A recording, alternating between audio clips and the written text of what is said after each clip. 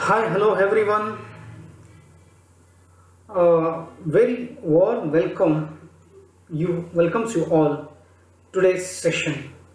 As you can see, my first slide says about my name, designation, my department, my college name, and my email ID.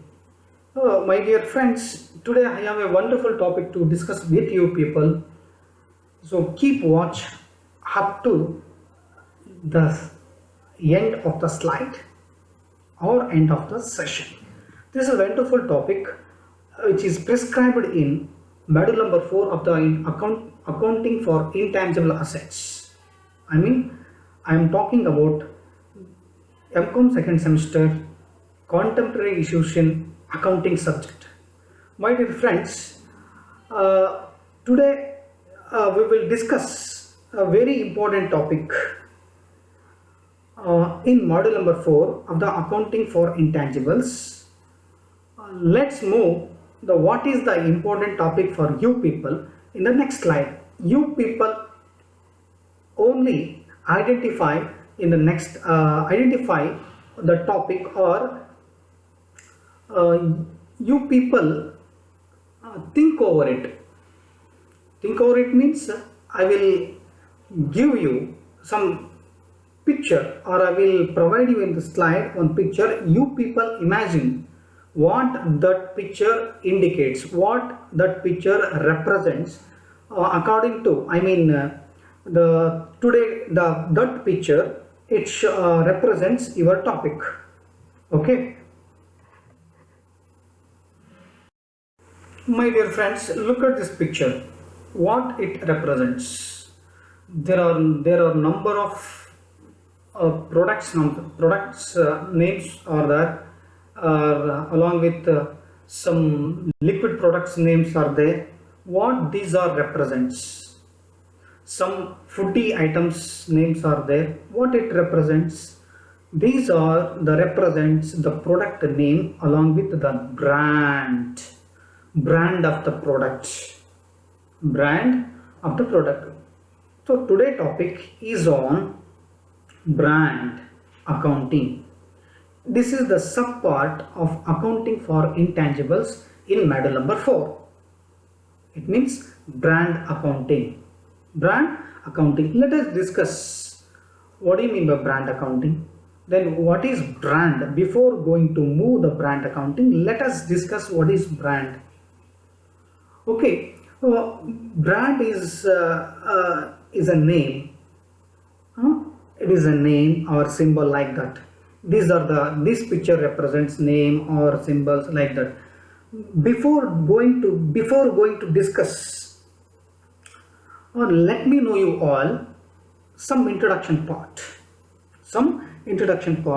I would like to notice to you people the asset structure of corporate entities consist of both tangible and intangible assets. Traditionally, accountants recorded tangible assets like land, building, plant and machinery, cash and bank balances, etc. as the only productive or earning generating assets, and gave undue importance in their maintenance and accounting. Accounting principles and standards also led stress on accounting for these tangibles. These tangibles means those assets which are visible easily. These are visible and easily touch. They have physical existence. In modern competitive environment, the corporate value and earning power or power are decided and generated by both class of assets. Often more by tangibles. Intangibles more often by intangibles than tangibles. In a turbulent marketing environment, Brand gives tremendous competitive advantages to corporate. Corporate means, it means say that the corporate is a group of companies under single roof. Corporate, it can be said that rather than product selling itself, it is a brand that sells the product, isn't it? It is the theme or background of brand, or is the introduction part. Even though the brands are strategic assets, it is acceptable thing. Brands are strategic assets. They key to survival of companies is their brands in the modern world of complex and competitive of business environment. It means say that brands are strategic asset because they are played very important role in the modern scenario. These are the acceptable things regarding the brand. The brand has it has different key elements are there. Brands symbols are there. Brands and promises are there. Brands personalities are there. Okay, let us move the next slide. What I want to say, it means say that the pure part of the the presentation of the topic, keep it in your mind. Brands are strategic assets. They key survival of the companies is their brand in the modern world of complex of competitive business environment. Okay, let us move in the next slide. Next slide regarding the syllabus. The your accounting for intangible resources subtopic. Brand.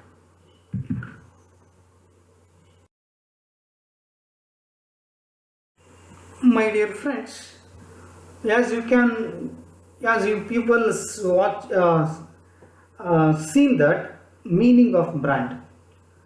So what do you mean by brand?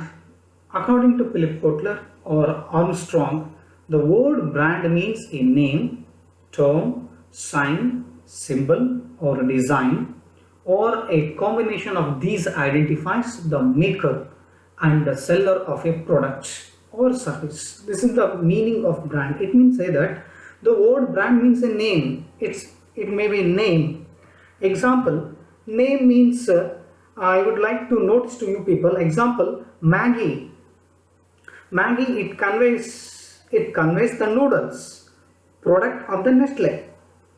Nestle as a company has its own separate corporate brand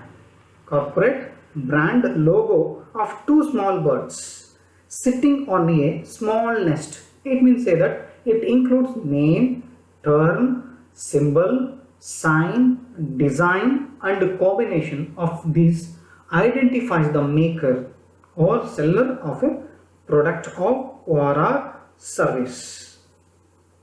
I would like to notice another example according to corporate example.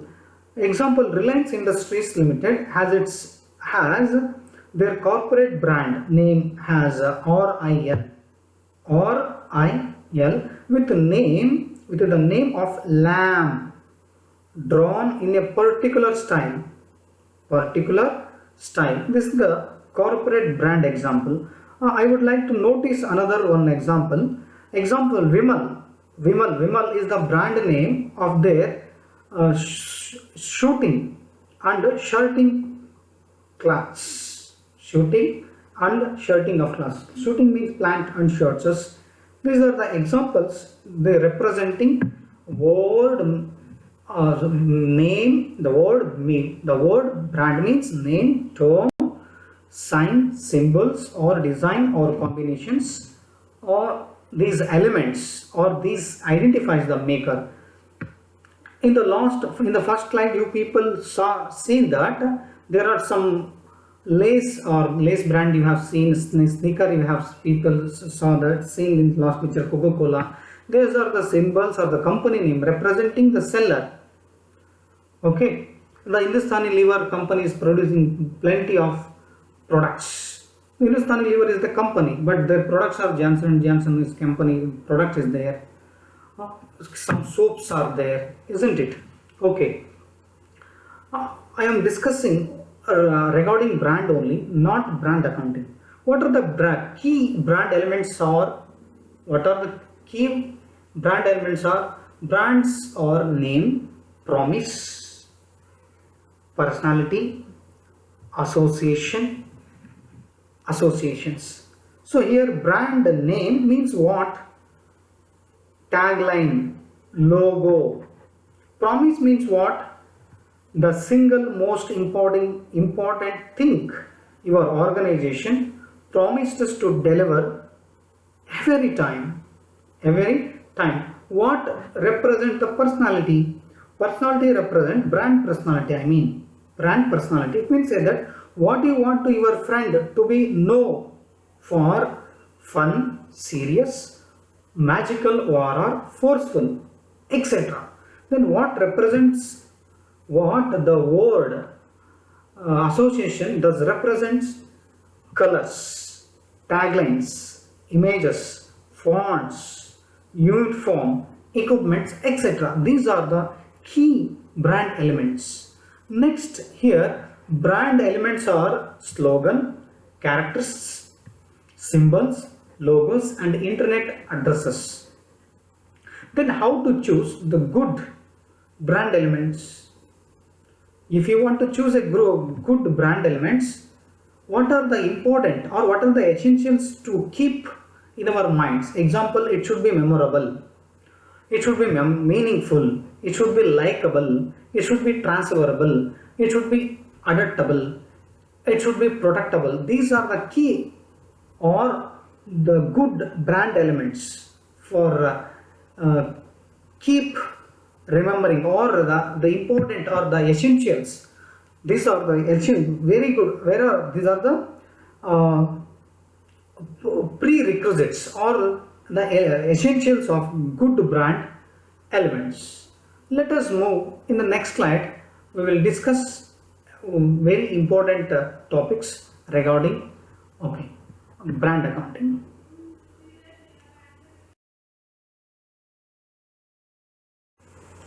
In this slide, you people are seeing that homegrown brands. The homegrown brands are very important topic. This is homegrown brand is prescribed in your syllabus. This is very important topic for MCOM second semester, VSKV University, VSKU students. Brand, homegrown brand means what? It means that it is a similar synonym word is there. Self-generated brands. Self-generated brands. Brand achieves a significant value in commercial operation through the tangible and intangible. Through the intangible and tangible.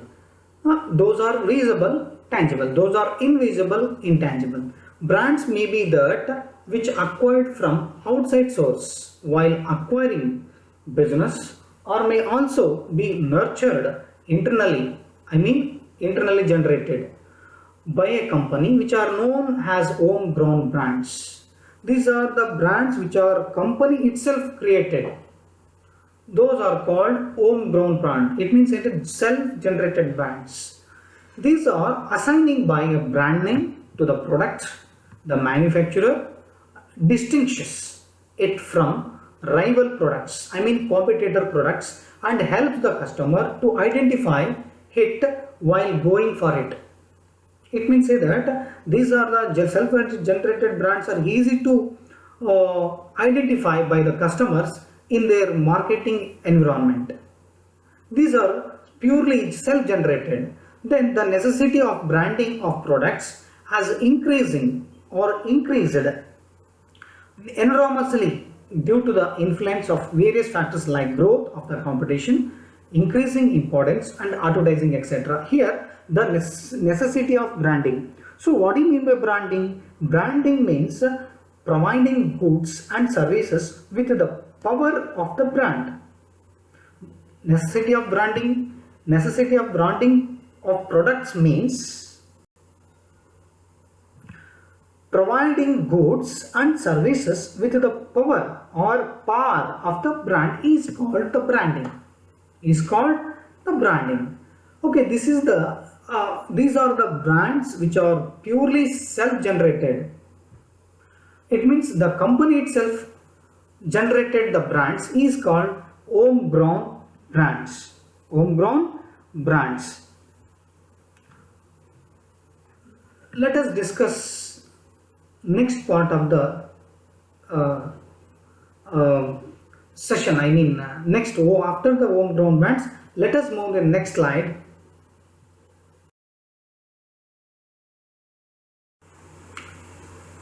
Here, identification of brands as an asset. How do you ascertain brand as an asset? In the introduction part, I quote one word: brands are strategic asset. Yes, obviously brands are strategic asset. There are various definitions of the asset or various definitions of the term asset as a concept generally categorized by the following features. Brands or a brand as a strategic asset. Yes, obviously asset as a concept, but is a generally characterized by the following features. For example, here the feature is given in the slide. For an asset, there must exist some specific right to future benefits. Those assets, those brands, example the brands are future benefit oriented. Then service potential. These are must exist up to the company exist. Up to the brands are existing when the brand's name are existing until the business firms are existing over or existing there. Rights over. These are the characteristics must have the brands. I mean if these are characteristics any brands have is called brands as a or brand as a strategic asset. ಈ ತರದ ಲಕ್ಷಣಗಳನ್ನು ಹೊಂದಿದ್ರೆ ಅದಕ್ಕೆ ನಾವು strategic asset or brand as a strategic asset ಅಂತ ಹೇಳ್ತೀವಿ. Rights over assets must accrue to a specific individual or a firm. There must be legal enforceable. Those brands or the brands should be established or created according to the law or legally enforceable or service over the asset. The asset must be a result of the past transaction or event. The asset must be the result of past transaction or event. It means that any financial change occur in your business is called transaction or event. The asset must be result of past events. The asset should be shown or say or saying towards the past events. These are the characteristics must have the brands, and then only the brand should recognize it as asset. Okay, let us move to the next slide. Along with it creates goodwill in the market. When you people it treated as asset. When do you people treat it as an asset or strategic brand as a strategic asset? It means say that it creates goodwill in the market, brand enhance the market share.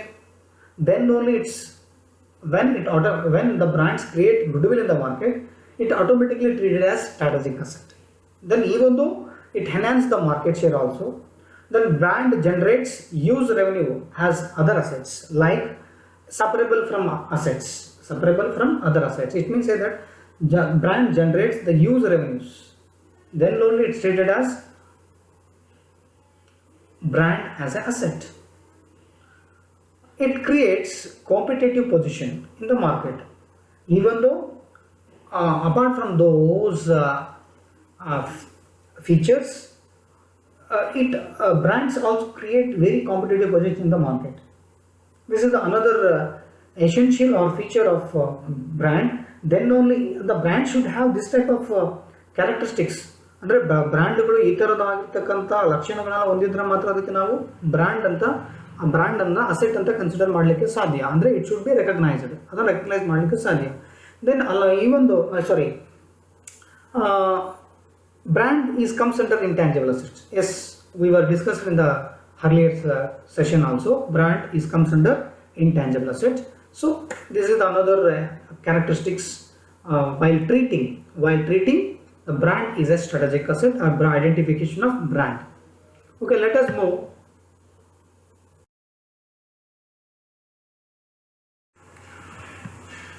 Here the clear picture is there. What is brand accounting? In the previous slides we were discussed on brand introduction part and everything, but here clear picture is what do you mean by brand accounting. Brand is over. What do you mean by accounting? Accounting is basically measurement and communication system. It is a classifying, summarizing something you people learnt in PUC and BCom level, BCom first year level. Here brand accounting means what? The term brand accounting means or refers to the practice of valuation and reporting of the value of brand of a product or service in the financial statement. Financial statement of a corporate entity. Here corporate entity means is a company. Here the financial statements are statement of profit and loss and balance sheet. Then the value of a brand being ascertained either as a result of revaluation of some intangible assets or tangible assets in case of own ground brands or as a result of acquisition or mergers. It means say that acquisition means any purchasing of one company to another company or two companies coming together to form a new company is called merger. In this case newly acquired brands. In case of newly acquired brands. Here the meaning of corporate, brand accounting. It means understand just the meaning. I would like to notice to you people. I would like to brought notice to you people the simple meaning of brand accounting. But I couldn't mention in the slide. But according to some special accounting standards have been devised to assess brand equity.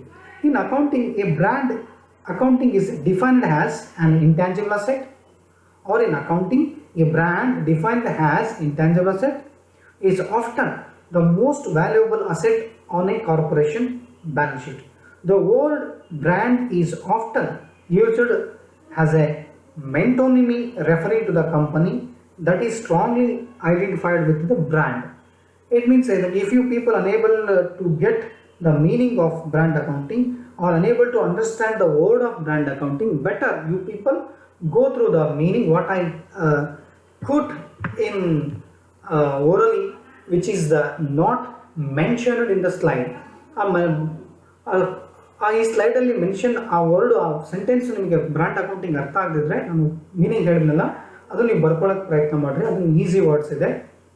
Okay, ಅದ್ರ ಪ್ರಕಾರ ನೀವು ಕೂಡ ಬರಿಬೋದು brand accounting ಅಂದರೆ ಏನು ಅಂತ. So next, accounting is basically a measurement and communication system. So here accounting is basically measurement, measure the values and communicating towards the users or external and internal users. Then here corporate brand accounting can be defined as brand accounting is over. Next, corporate brand accounting. What do you mean by corporate brand accounting? Can be defined as the process of identification, measurement and communication of brand communication of brand value and brand equity to permit informed judgment and decision by the users of the information. Here corporate brand accounting can be defined as the process of identification of the seller or identification of the product and measurement of the quantity, measurement of the quality of a product or measurement of the brand value or unbrand value and communication towards the company on brand value and brand equity to permit the informed judgment on brands and after informed judgment, the automatically company takes the decision by the users of the information. It means that these are the corporate brand. If the people, if the EO, even the decisions are decision by the users of the information. The decisions by the users of the information, the totally left to the information to the users. This is called the corporate brand accounting. ನೋಡ್ರಿ ಇಲ್ಲಿ ಮೇಲೆ ಹೇಳಿರ್ತಕ್ಕಂಥ brand accounting corporate brand accounting ನೀವು ಸ್ವಲ್ಪ mix-up ಮಾಡಿ ಆನ್ಸರನ್ನು ಬರಿಬೋದು. So ಆ ಥರ ಬರೀರಿ. ಓಕೆ, ನೆಕ್ಸ್ಟ್ ಸ್ಲೈಡಿಗೆ ಮೂವ್ ಆಗೋಣ. ಬ್ರ್ಯಾಂಡ್ ಅಕೌಂಟಿಂಗಿಗೆ next. Okay, what are the objectives and purposes of brand accounting? Here first objective or purpose of brand accounting is real economic value. The first objective of real economic value, it means that showing the brand value in the balance sheet. It means that showing the brand value in the balance sheet. Real economic value ಅಂದ್ರೆ ಏನು? Balance ಅನ್ನ ಅಂದ್ರೆ showing the brand value. Brand value ಎಷ್ಟಿದೆ ಅನ್ನೋದನ್ನ balance sheet ಅಲ್ಲಿ ತೋರಿಸ್ತಕ್ಕಂಥದ್ದು. ಯಾವ್ದ್ರ balance sheet? Of A firm, of a company. An objective and a realistic assessment of a company and real economic value could be made possible. The another ಅಂದ್ರೆ ಈ brand accounting ಉದ್ದೇಶಗಳಾದ್ರೆ ಏನು ಅಂತ ಹೇಳಿದ್ರೆ real economic value ಅನ್ನು identify ಮಾಡಿ ತೋರಿಸ್ತಕ್ಕಂಥದ್ದು. By showing the brand value the balance sheet of a company or firm. Balance sheet ಅಲ್ಲಿ ಕಂಪನಿಯ ಬ್ಯಾಲೆನ್ಸ್ ಶೀಟ್ ಆಗಿರುವುದು, ಸಂಸ್ಥೆಯ ಫರ್ಮಿನ ಬ್ಯಾಲೆನ್ಸ್ ಶೀಟ್ ಅಲ್ಲಿ ನಾವು ನೆಟ್ ಅಸೆಟ್ ವ್ಯಾಲ್ಯೂ ಅಂತ ಹೇಳ್ತೀವಿ, NAV, ನೆಟ್ ಅಸೆಟ್ ವ್ಯಾಲ್ಯೂನಲ್ಲಿ ತೋರಿಸ್ತಕ್ಕಂಥದ್ದು. ಅಂದರೆ this when you show brand in the balance sheet or brand value in the balance sheet, it automatically facilitate correct NAV. Correct NAV. NAV ಅಂದ್ರೆ net asset value. Okay, second one, future profitability. When brand generated or purchased could be very useful for ascertain future economic or future income making ability, income making ability of the companies. Automatically when the brand purchased or generated, it automatically it could be very useful ascertaining. It is very useful for which purpose? It is very useful ascertaining the future income marketing or income making, income making ability of the companies. Okay, here brand equity, I quoted the word in the last slide, and here brand equity means, or brand equity refers to, take down the notes if you people, here I couldn't mention in the earlier last slides also. Brand equity means, brand equity refers to the value added to the quality. The value added to the quality of a firm by the brand popularity and loyalty. It means say that brand equity. Okay, brand equity refers to the value added to the equity of a firm by the brand popularity and loyalty is called brand equity. So third point, preventing predation. What do you mean by predation? Here predation means by building and explicitly disclosing brand. What do you mean by preventing predation? Preventing predation means by building and explicitly disclosing brands in financial statements. It means the company automatically could put up a powerful defense against potential predators and thereby ward off possible accusations and takeover bids. It's indirectly, it is the another objective and purpose for brand accounting is preventing predation. It means that building up or by building or explicitly disclosing of brands.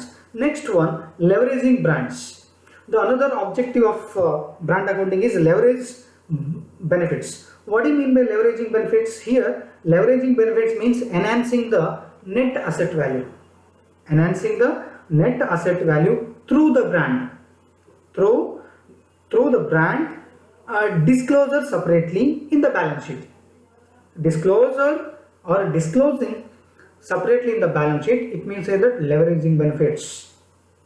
The another objective of brand accounting. ಈ leverage benefits ಅಂದರೆ ಏನು?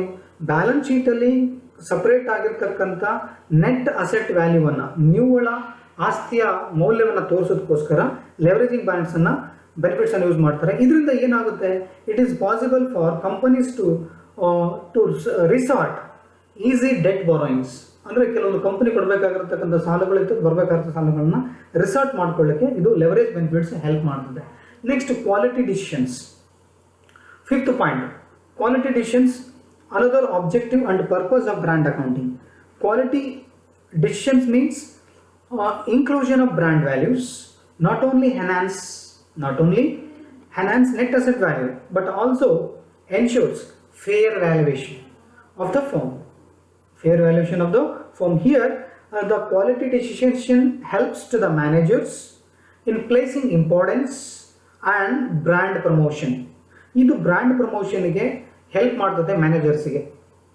So ಹಾಗಾಗಿ quality decisions ಕೂಡ ಒಂದು objective ಆಗಿ work ಮಾಡ್ತದೆ. Next, quality accounting. So quality accounting means it means say that it is a practice since the value added by the corporate brands are considered significant. It means say that this could ultimately improve the financial accounting system.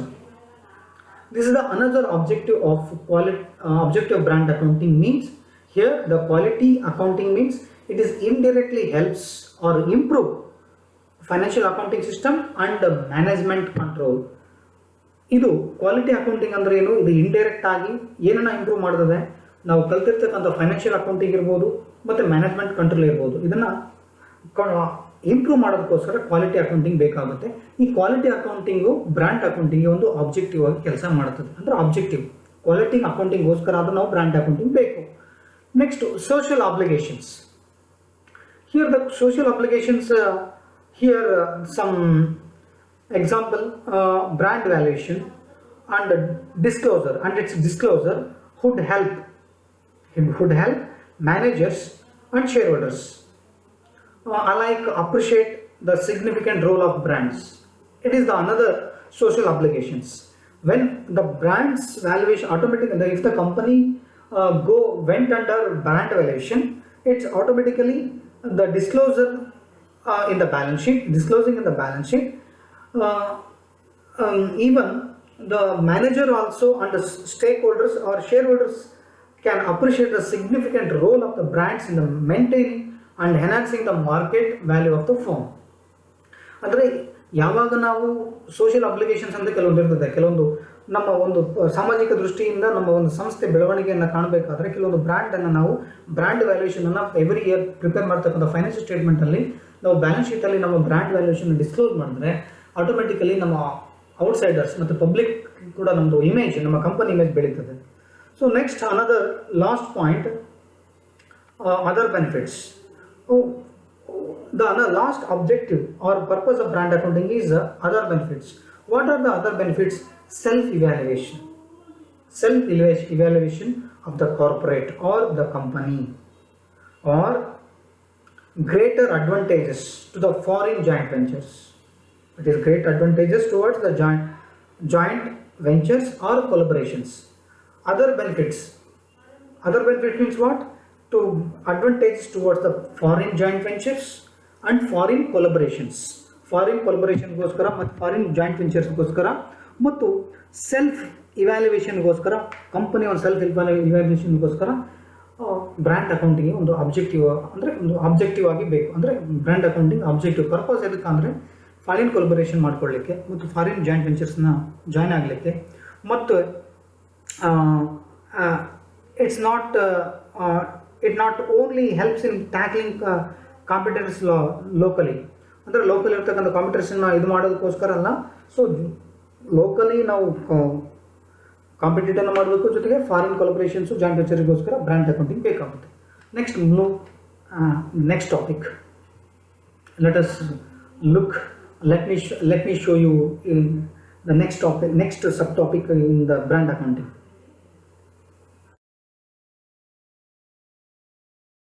This question arises in your question paper, needs and importance of brand accounting. What are the needs and importance? Needs nothing but similar to objectives, but here the question is raised in your question paper. That's due to that I put needs and importance of brand accounting. How the brand accounting works towards or gives importance to any business enterprises. Here, collection of data. The brand is automatically collection of the data in the form of primary and the secondary data, and cost of brand criterion or brand creation. Importance, another important role played by brand means the collection of the data and brand creation. Then second one, when the brand purchased or acquired or valued or generated, it's automatically, it's indirectly, it's some brand value in the creation way. Next, second point, allocation and the apportionment of cost on various centers.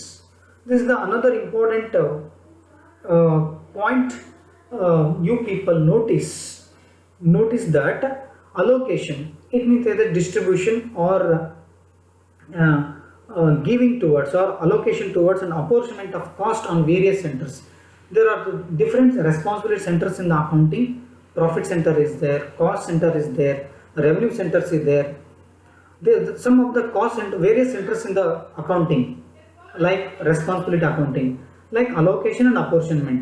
This is the process of allocation of costs on various departments.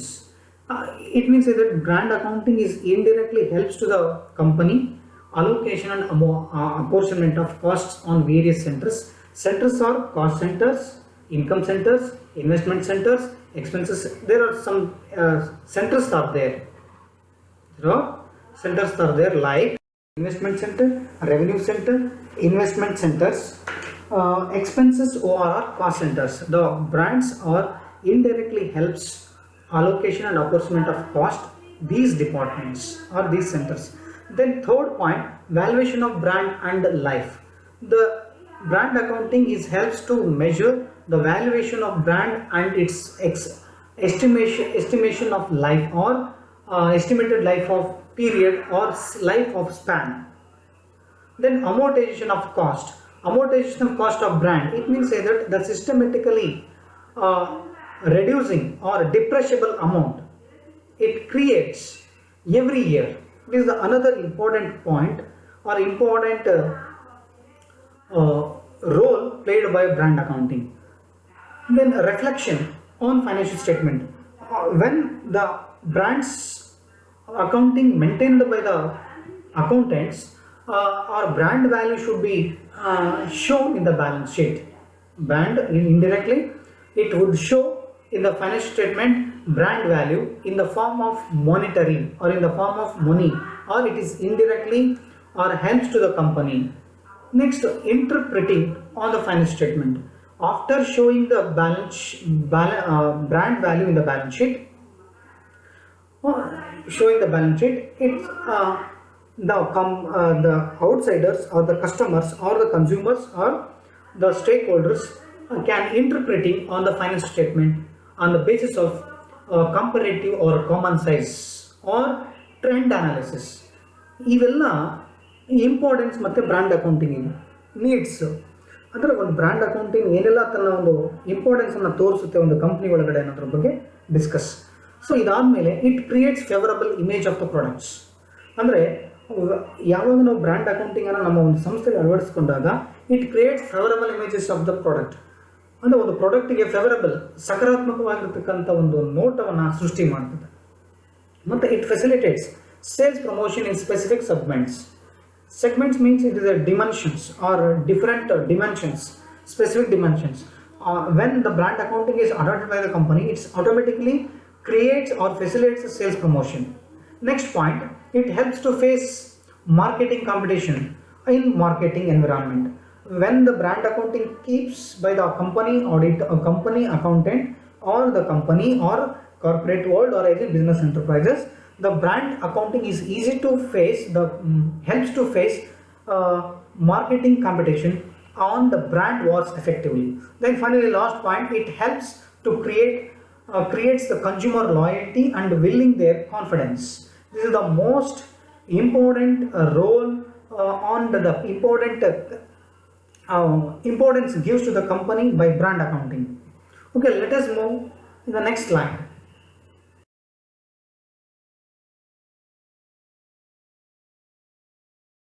What are the difficulties in brand accounting? What are the difficulties facing by the brand accounting?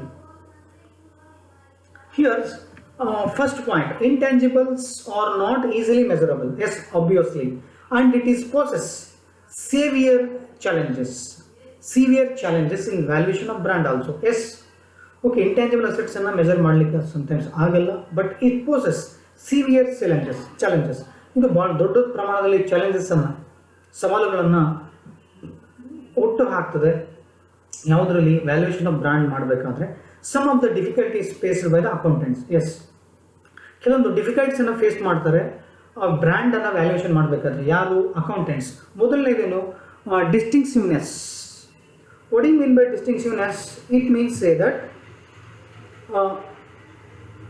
From example an attempt from beda, for example, for any attempt to commonly treat brand as a part of goodwill is done at present may create serious distortions in accounting position. Besides, this would create handicaps in brand accounting. This is because a brand cannot be treated like any other item such as patent and copyrights. In fact, brands needs to be separately disclosed in balance sheet because of its insignificant contribution to corporate image and identity. The another defective or limitation, difficulties nothing but difficulties ಇನ್ನೊಂದು ಹೇಳ್ಬೋದು ನೀವು limitations ಅಂತ ಹೇಳ್ಬೋದು, ಡಿಸ್ಅಡ್ವಾಂಟೇಜಸ್ ಅಂತ ಹೇಳ್ಬೋದು. The another lack of another demerit of brand accounting is distinctiveness. Means sometimes brand ಅಕೌಂಟಿಂಗನ್ನು goodwill ಅಂತ ಟ್ರೀಟ್ ಮಾಡ್ತಾರೆ, ಬಟ್ ಗುಡ್ವಿಲನ್ನು ಕಾಪಿರೇಟ್ ಅಂತ ಹೇಳೋಕ್ಕಾಗಲ್ಲ. ಸೊ ಸಮ್ಟೈಮ್ಸ್ ಕೆಲವೊಂದು ಕಂಪನಿಗಳು ಇದನ್ನು ಏನು ಮಾಡಿಬಿಡ್ತಾರೆ, some companies are shown as a brand is a goodwill, is a part of goodwill, but it's not like that. So it is when it shows a part of goodwill, it is indirectly it affects handicap, or it would create handicaps in the brand accounting. This is another drawback. Sometimes ಇದನ್ನ goodwill ಅಂತ ತೋರಿಸಲಿಕ್ಕಾಗ್ತದೆ, ಇದನ್ನು ತೋರಿಸಬಾರ್ದು ಕೂಡ. ಯಾಕಂದರೆ ಬ್ರ್ಯಾಂಡನ್ನು needs to be valued has a different from goodwill. Goodwill ಬೇರೆ, ಬ್ರ್ಯಾಂಡೇ ಬೇರೆ. Sometimes ಕೆಲವೊಂದು ಕಂಪ್ನಿಗಳು brand ಅಕೌಂಟಿಂಗನ್ನು ಗುಡ್ವಿಲ್ ಅಂತ ತೋರಿಸೋದ್ರಿಂದ ಅದೊಂದು ಡ್ರಾಬ್ಯಾಕ್ ಆಗುತ್ತೆ. Next, disclosures. There is always a problem of making disclosure of brand values in financial statement. Yes, there is always a problem of making disclosure of brand values in the financial statement. This is because there is no standard accounting practice requiring statement and disclosure of brand values in a particular way. There is no disclosure problem in the brand values. I mean, there is always a problem making disclosure of brand value. ಕೆಲವೊಂದು sometimes ಕಂಪನಿಗಳು brand ವ್ಯಾಲ್ಯೂವನ್ನು balance ಶೀಟಲ್ಲಿ sometimes hidden ಮಾಡ್ತವೆ. So ಇದು another drawback. ಅಂದರೆ there is always a problem of making disclosure of brand values in financial statement. Financial statement means statement of profit and loss and balance sheet. This is because there is no standard accounting practice required. ಇದಕ್ಕೆ ಯಾವುದೇ ರೀತಿಯಿಂದ standard accounting practice ಬೇಕಾಗಿಲ್ಲ ತೋರಿಸಲಿಕ್ಕೆ. So sometimes ಕೆಲವೊಂದು ಕಂಪ್ನಿಗಳು disclose ಮಾಡಲ್ಲ. Next third one, uncertainty. The problem is associated with the brand as an item of intangibles. Yes, there is uncertainty. It is possible that or some there are some returns or uncertainties.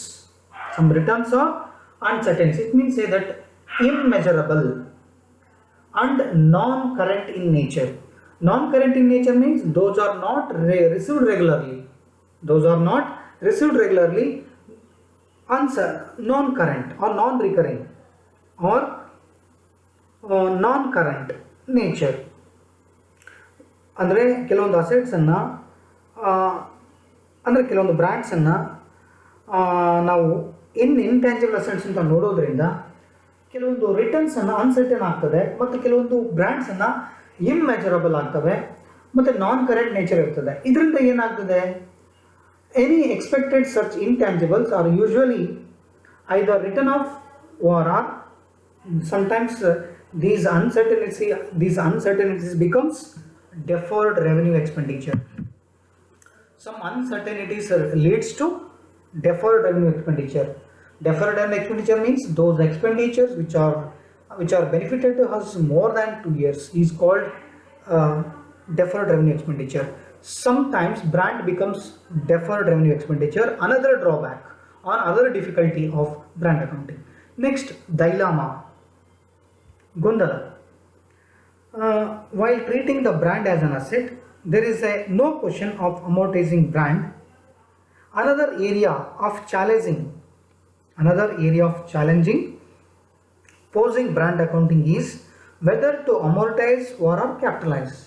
Here dilemma ಬರ್ತದೆ. ಇನ್ನು brand ಅಕೌಂಟಿಂಗನ್ನು capitalise ಮಾಡಬೇಕು ಅಥವಾ amortise ಮಾಡಬೇಕು. Amortisation means it is a systematic way of depreciating the amount at the end of the accounting year. ಅಥವಾ capitalise ಮಾಡಬೇಕು. Capitalise ಮಾಡಬೇಕು ಅಂದರೆ ಸೋರ್ಸಸ್ ಆಗಿ ಒಂದು ಶೇರ್ ಆಗಿ ಡಿಸ್ಟ್ರಿಬ್ಯೂಟ್ ಮಾಡಲಿಕ್ಕೆ ಒಂದು ಸೋರ್ಸಸ್ ಆಗಿ ಯೂಸ್ ಮಾಡಬೇಕು. This is the another dilemma. Next, no market. No market means the prevailing practice is that intangible assets are not required to be revalued according to some accounting standards. Keep it in your mind, my dear friends. No market, it means say that there are prevailing practices in India. Is that what the prevailing practices? Intangibles are not required to be revalued according to the accounting standards. On the account of non-existence on active of secondary market for them. In fact, brand accounting arises mainly on accounting conditions warranted by acquisition and mergers. So there is no market according to the accounting standards. The another drawback. Then new brands. What do you mean by new brands? Here the another problem or drawback or limitation of brand accounting is new brand. A related problem in accounting for such intangible as brand is that is to be often difficult to determine whether a new one being gradually substituted for existing brand. It may be difficult to determine whether a brand remains has the same asset or remains the same asset over time. This is the another drawback of ಅಂದರೆ ಕೆಲವೊಂದು new brands ಬಂದಾಗ ಹಳೆ ಬ್ರ್ಯಾಂಡಿಗೆ ಕಿಮ್ಮತ್ತು ಹೋಗ್ಬಿಡ್ತದೆ. Sometimes ಏನಾಗುತ್ತೆ, ಹಳೆ ಬ್ರ್ಯಾಂಡ್ಗಳು ತಮ್ಮ ಅಸ್ತಿತ್ವವನ್ನು ಉಳಿಸ್ಕೊಳ್ತಾವೋ ಇಲ್ಲವೋ ಅನ್ನೋದು ಕೂಡ ಒಂದು ಡ್ರಾಬ್ಯಾಕ್ ಆಗಿ ಉಳಿತದೆ. ಅಂದರೆ ನ್ಯೂ ಮಾರ್ಕೆಟನ್ನು ಫೇಸ್ ಮಾಡಲಿಕ್ಕೆ, ಆಪರ್ಚುನಿಟಿನ ಫೇಸ್ ಮಾಡಲಿಕ್ಕೆ ಆಗಲ್ಲ. Then joint cost. The another drawback or demerits of brand accounting is joint cost. What do you mean by joint cost? Costs are incurred jointly. It means say that those costs incurred and it is very difficult to segregate. It means say that segregate and account for joint cost that are incurred and the cost of brand developed. ಅಂದರೆ ಬ್ರ್ಯಾಂಡಿಗೆ ಖರ್ಚು ಮಾಡಿರೋದು ಮತ್ತು ಬ್ರ್ಯಾಂಡನ್ನು develop ಮಾಡಿರೋದು ಎಷ್ಟು ಅಂತ segregate ಮಾಡಲಿಕ್ಕೆ ಕಷ್ಟ ಆಗುತ್ತೆ. So the cost are grouped or jointly for the cost incurred on the brand along with the brand developing the cost incurred on brand developing in the market. Segregate ಮಾಡಲಿಕ್ಕೆ ಕಷ್ಟ ಆಗ್ತದೆ. Let us move in the next slide. These are the difficulties and the drawbacks of limitations ಅಂತ ಅನ್ಬೋದು, demerits ಅಂದ್ರೆ ಅನ್ಬೋದು, disadvantages ಆದ್ರೂ ಅನ್ಬೋದು. Next ಸ್ಲೈಡ್ಗೆ ಹೋಗೋಣ. Affecting the valuation of goodwill. ಯಾವ ಅಂಶಗಳು ಗುಡ್ವಿಲ್ಲನ್ನು ವ್ಯಾಲ್ಯೂಯೇಷನ್ ಮಾಡಬೇಕಾದ್ರೆ ಪರಿಣಾಮಗಳನ್ನು ಬೀರ್ತದೆ? There are different factors affecting the valuation of brand. Some factors are influencing determining the value of goodwill. Let us discuss one by one. First one, the methods of before going to the points, there is a point is there. The methods of brand valuation would be depend on one or more of the following variables. Example, exclusive earning power of brand. While the accountant valuing the brands, indirectly some factors are affecting exclusive earning power. The accountant should verify and enhance the exclusive earning power of the brand. What is the earning power of the brand is the point of consideration while evaluating the brands. Second one, product as a brand and hence product life cycle. Another, what is the life cycle of the brand? Whether this brand helps to the company or corporate or product has a brand, it works like that. ಅಂದರೆ ಇನ್ನೊಂದು ಏನಪ್ಪ ಅಂದರೆ product has A brand ಆಗಿ work ಮಾಡ್ತದೋ ಅಥವಾ ಅದು logo ಆಗಿ work ಮಾಡ್ತದ್ದು ಅಥವಾ identify work ಮಾಡ್ತದ್ದು ಅಥವಾ ಕ್ರಿಯೇಟಿವ್ ಆಗಿ ಒಂದು ಪ್ರಾಡಕ್ಟನ್ನು ಪ್ರತಿನಿಧಿಸ್ತದೋ ಅನ್ನೋದು ಕೂಡ ಒಂದು ಪರಿಣಾಮ ಬೀರ್ತಕ್ಕಂಥ ಅಂಶ. Next, separating A brand from other less important value drivers. ಇದು ಕೂಡ important. Separating A brand from others less important value drivers is the another factor affecting the valuation of brand. Then cost of separating brand means what? It should be disclosed from separate from intangible assets. Under the intangible asset, goodwill separate, or corporate is separate. It means either separating brand. ಇದನ್ನು separate ಆಗಿ ತೋರಿಸ್ಬೇಕಾ ಅಥವಾ less important value ಆಗಿ driver ಆಗಿ ಕೆಲಸ ಮಾಡ್ತದೆ. Next, ಇದು ಅಷ್ಟು important workout ಮಾಡ್ತಕ್ಕಂಥ ಕಾನ್ಸೆಪ್ಟ್ ಅಲ್ಲ, ಆದರೂ ಕೂಡ ಈ people keep that. Then cost of acquisition brand. ಒಂದು ಬ್ರ್ಯಾಂಡನ್ನು ವ್ಯಾಲ್ಯೂಯೇಷನ್ ಮಾಡಬೇಕಾದ್ರೆ ಅದರದ ಕೊಂಡುಕೊಂಡಿರ್ತಕ್ಕಂಥ ಬೆಲೆ ಏನಿದೆ, cost of acquisition brand, how much cost had been incurred on the brand. These are the factors while affecting the valuation of brands. What would cost incurred? Next, expenses incurred on nurturing a homegrown brands. What are the what are the costs or what are the expenses incurred on self-generated brands? This is one of the important factors affecting the valuation of brands. Homegrown brand means self-generated brands. If any expenses incurred for nurturing, for improving, this is the one of the point influencing and affecting the valuation of goodwill. Next, impact of other brands has new entrants to the market. While the accountant evaluating the brand, he should know any new brands comes into existence in the market environment. This is another important factor. Next, intrinsic strength of the people and processes handling the brand. Intrinsic strength, what what are the what people think over brand, company's brand or our brand, or what they are thinking about my brand, or whether our brand or brand products or our products providing their satisfaction, their needs, satisfaction towards their needs, and the process handling the brand. This is the another influencing the factor. The accountant should should cross check, check or examine the valuation of the brands, for the valuation of the brands. Then accuracy in the projecting in the super or etc. earnings offered by the brand. Accuracy in the projecting the super or extra earnings, I mean the offered by brand. If our brand has this most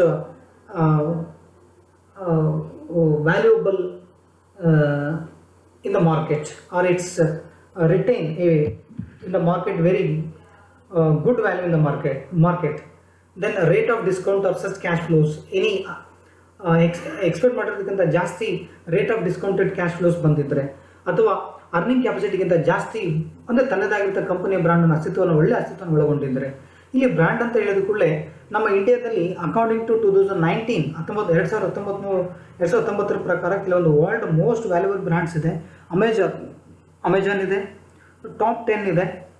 Amazon first one, Apple ಇದೆ second one, Google third one ಇದೆ, Microsoft fourth one, fifth one Visa ಇದೆ, sixth one Facebook ಇದೆ, ಆಮೇಲೆ seventh one Alibaba ಇದೆ, eighth one McDonald's ಇದೆ, ninth one Tencent ಇದೆ, 10th one AT and T ಅಂತ ಒಂದು ಕಂಪನೀಸ್. ಅದು ವರ್ಲ್ಡ್ಸ್ 10 ಮೋಸ್ಟ್ ವ್ಯಾಲ್ಯೂಬಲ್ ಬ್ರ್ಯಾಂಡ್ಸ್ ಇನ್ 2019. ಅದಕ್ಕೆ ಸಂಬಂಧಪಟ್ಟಿರ್ತಕ್ಕಂಥ ಬ್ರ್ಯಾಂಡ್ ವ್ಯಾಲ್ಯೂ ಕೂಡ ಇದೆ. ಆ ಬ್ರ್ಯಾಂಡ್ ವ್ಯಾಲ್ಯೂ ಬೇಸಿಸ್ ಮೇಲೆ ಯಾವುದೋ ಒಂದು ಕಂಪನಿಯ ಒಂದು ಬ್ರ್ಯಾಂಡನ್ನು ಅಳಿಬೇಕಾದ್ರೆ ಅದರ ಬ್ರ್ಯಾಂಡ್ ವ್ಯಾಲ್ಯೂ ಅಂದರೆ ಬ್ರ್ಯಾಂಡ್ ನೇಮನ್ನು ನಾವು ಅಳಿಬೇಕಾದ್ರೆ ಅದರ ಬ್ರ್ಯಾಂಡ್ ವ್ಯಾಲ್ಯೂ ಹೆಂಗಿದೆ, ಯಾವುದು ರೂಪದಲ್ಲಿದೆ, ಯಾವ ಸ್ಥಾನದಲ್ಲಿ ಅಂತ ತಿಳ್ಕೊಂಡು ಅದ್ರ ಮೇಲೆ ನಾವು ಅಳತೆ ಮಾಡಬೇಕಾಗ್ತದೆ. So here the cost of withdrawing or replacing the brand. Another important, cost withdrawing ಅಂದರೆ any cost are incurred while withdrawing the brand or replacing the brand. This point to be considered while evaluating the brand. Next, last point, internationalization of brand. Internationalization of brand means internationally ಏನಾದರೂ ನಮ್ಮ ಬ್ರ್ಯಾಂಡನ್ನು ಹೆಸರು ಮಾಡಿದರೆ, so ಆ ಒಂದು ಲೋಕಲಲ್ಲಿ ಹೆಸರು ಮಾಡಿದರೆ, local ಹೆಸರು ಮಾಡೋದ್ರ ಜೊತೆಗೆ ಲೋಕಲ್ ಅರ್ನಿಂಗ್ ಪವರ್ ಹೇಗಿದೆ ಇನ್ನು ವೇರಿಯಸ್ ಕಂಟ್ರೀಸ್ ಆಫ್ ಮಾರ್ಕೆಟ್ಸ್, ಅದು ಕೂಡ ಡಿಫ್ರೆಂಟ್ ಕಂಟ್ರೀಸಲ್ಲಿ ನಮ್ಮ ಮಾರ್ಕೆಟ್ ಬ್ರ್ಯಾಂಡ್ ಹೇಗಿದೆ ಅನ್ನೋದನ್ನು ತಿಳ್ಕೋಬೇಕಂತ ಅಂದರೆ ಇದೆ, ಅದರ ಆಧಾರದ ಮೇಲೆ ಕೂಡ ನಾವು ಅಳತೆ ಮಾಡಲಿಕ್ಕೆ ಆಗ್ತದೆ. So this is the concept of valuation of brand, ಅಂದರೆ factors affecting the valuation of brand. Let us move next slide.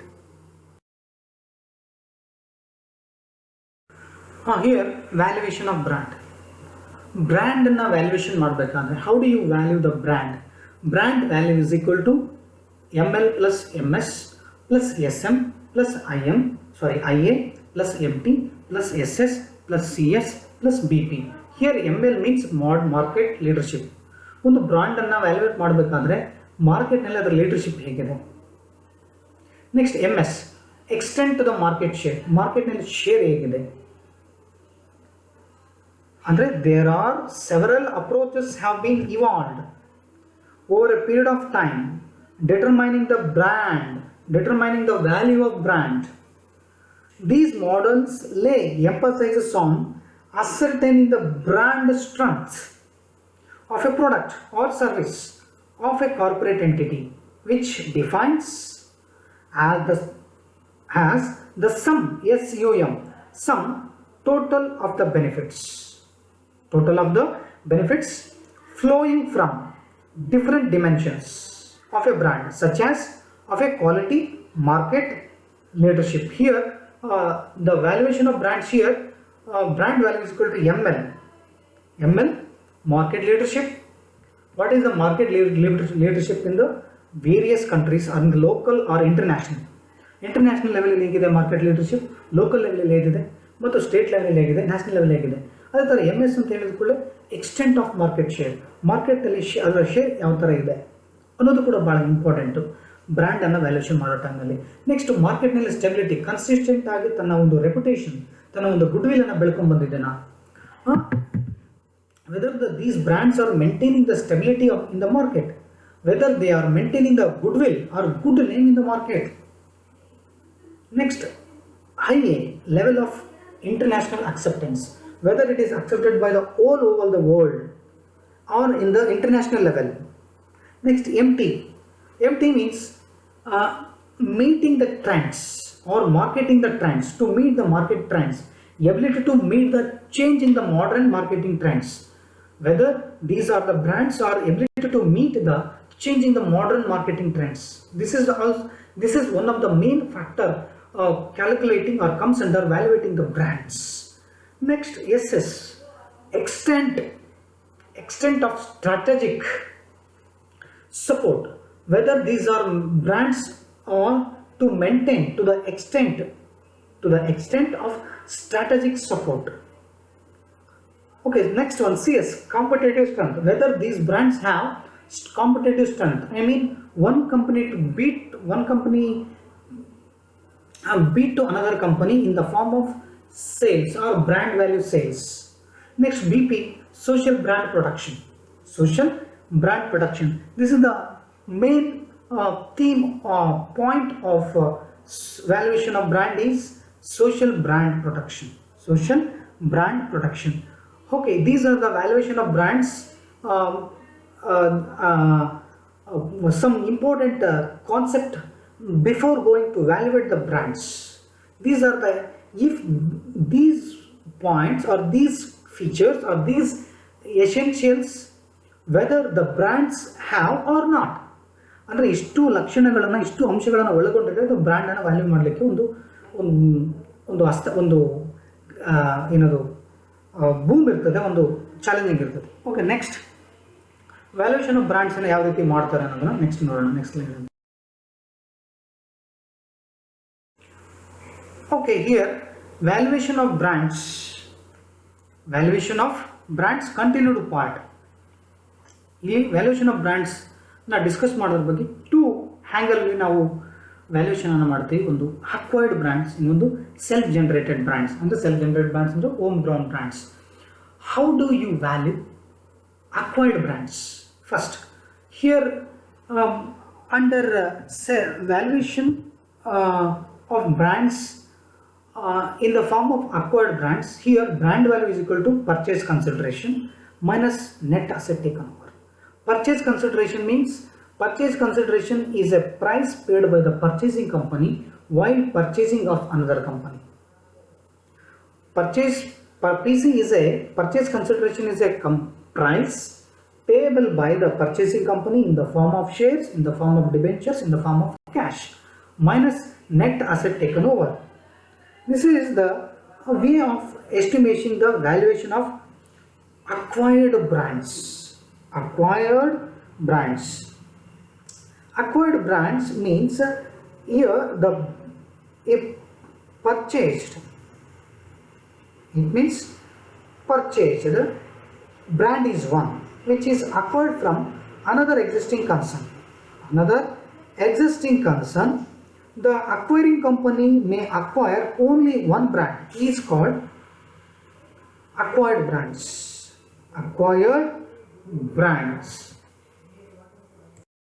ಯಾವಾಗ ಆಗುತ್ತೆ ಯೂಶುವಲಿ ಅಂದರೆ the valuation of acquired brands usually occurred. A company may acquire an existing business concern along with brands. There are the cases of businesses. There are the cases of business mergers and amalgamation. New people learned mergers and amalgamation in corporate accounting in become 3rd semester. ಅಂದರೆ ಈ ಥರದ್ದು ಸಾಮಾನ್ಯವಾಗಿ ಬರೋದು valuation of acquired brands ಬಂದು usually mergers and acquisition ಟೈಮ್ನಲ್ಲಿ ಬರ್ತದೆ. ಈ valuation of acquired ಬ್ರ್ಯಾಂಡ್ಸ್ಗೆ ಶಾರ್ಟ್ಕಟ್ ಹೇಳೋದಾದರೆ, how do you value acquired brands ಅಂತ ಕೇಳಿದಾಗ brand value is equal to purchase consideration minus net asset taken over. Next second point self-generated brands. What do you mean by self-generated brands? We were discussed in the second slide in the beginning stage. Self-generated brands or homegrown brands. Several approaches have been evolved over a period of time, determining the brand values. But the important methods in valuation of self-generated brands or homegrown brands are: first one, historical cost model. Historical cost model. According to this approach, the valuation of brand is determined by taking into account of the actual expenses incurred in the creation, maintenance and growth of corporate brands. Corporate brands. It means say that the value of the brand is computed as follows. Example, brand value is equal to, here formula is there, brand value is equal to simple ಆಗಿ brand historical cost ಮಾಡಲ್ ಹೇಗೆ work ಮಾಡ್ತದೆ, self generated ಬ್ರ್ಯಾಂಡ್ಸನ್ನು ಹೇಗೆಲ್ಲ valuation ಮಾಡ್ತಾರೆ ಅಂದರೆ, brand ವ್ಯಾಲ್ಯೂವನ್ನು brand development cost plus brand marketing and distribution cost and plus brand promotion cost including advertising and other cost. ಅಂದರೆ historical cost ಮಾಡಲಲ್ಲಿ ಬ್ರ್ಯಾಂಡನ್ನು ವ್ಯಾಲ್ಯೂ ಮಾಡೋದು ಈ ರೀತಿ. ಸೊ ಅದಿಷ್ಟು according to this approach the valuation of a brand is determined by the taking into the account the actual expenses incurred in the creation means development, maintenance comes under development, and growth means brand marketing and distribution, and corporate brands means promotion cost including advertising and their cost. Under historical cost model, the brand value is equal to brand development cost plus brand marketing and distribution cost plus brand promotion cost including advertising and other cost. This is the way of value the brand under homegrown brands or self-generated brands. Okay, there are different models are there. Let us move.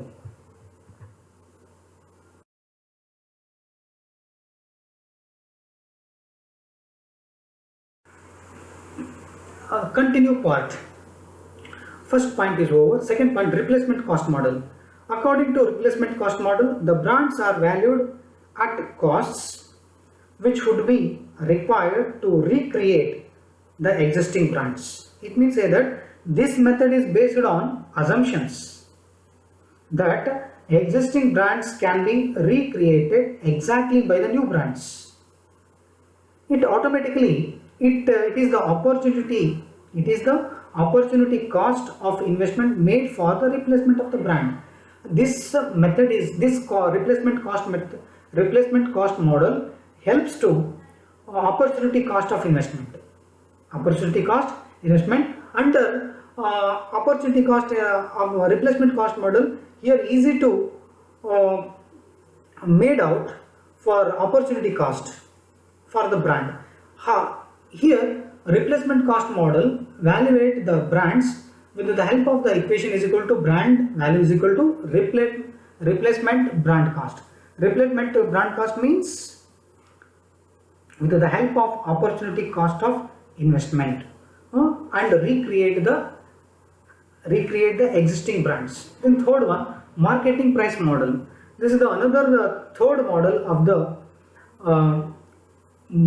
valuation of brand of self-generated or homegrown brands. Marketing price model. Under this model, the probable value that a company would get for sale of its brands is taken as the value of the brands. Here brand value is equal to brand value is net realizable value from sale of brand.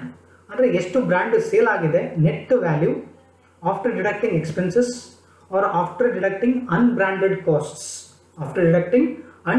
ಕಾಸ್ಟಿಗೆ minus ಮಾಡಿದಾಗ brand value is the net realisable value from the sale of brand. Next fourth one, current cost model. Under current cost model, according to this approach or according to this model, the current corporate brands are valued at current value. Current cost. current cost to the group. Current cost the group. It includes marketing appreciation, current value of the brand, cost of marketing, initial cost of leadership, sustainous cost, and acquisition or promotion of cost. It means these are the costs included by current cost model. Here the valuation of brands is brand value is equal to current use value. Current use value includes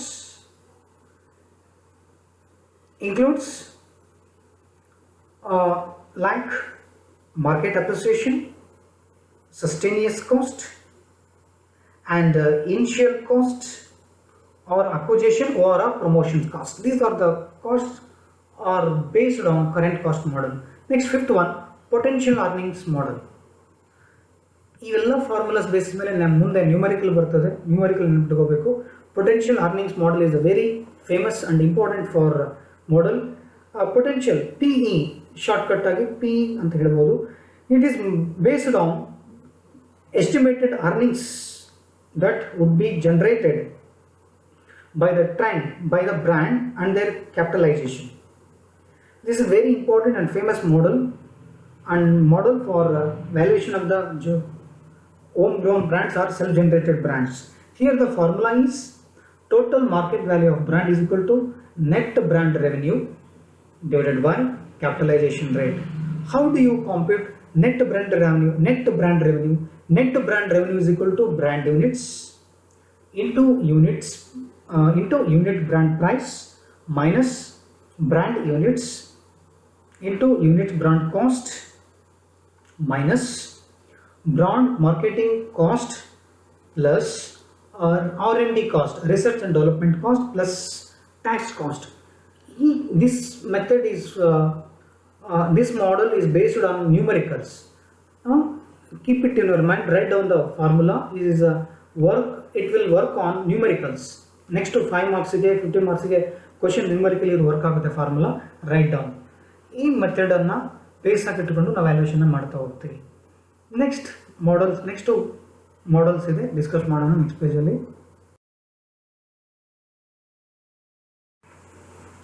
okay, here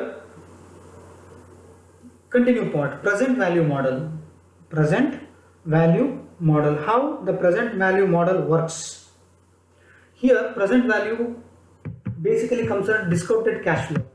You people learned in financial management, yes. Okay, how the present value model value the brands. Here DCF, discounted cash flow models are evaluating brand values as got three sources of failure: anticipation of cash flow, choice of period, discounting rate. These are based on time value of money. Next, sensitivity model. How sensitivity model is work on valuation of brands.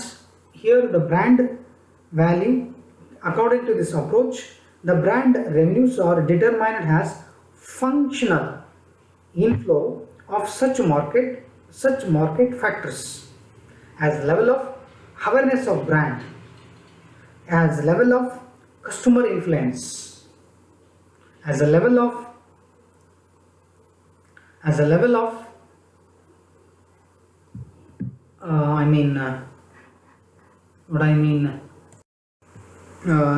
brand autonomy, or as a level of in the market.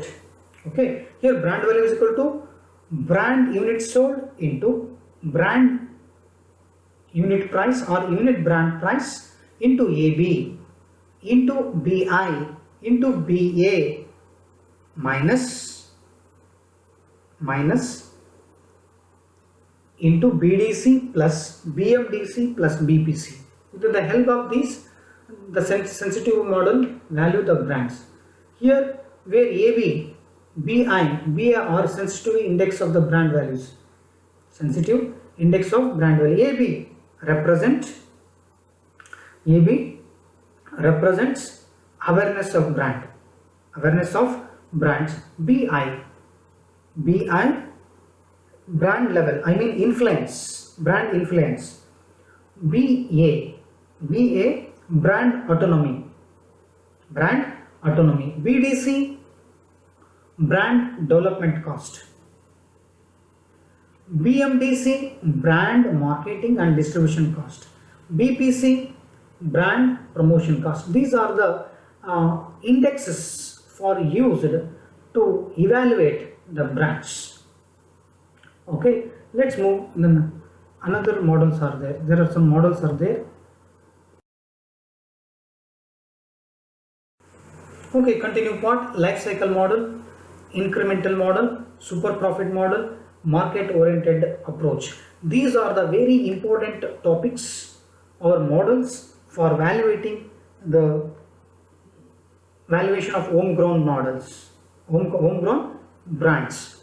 How do you value life cycle? How do you value the brands with the help of life cycle model? Life cycle model which always works on brand strength,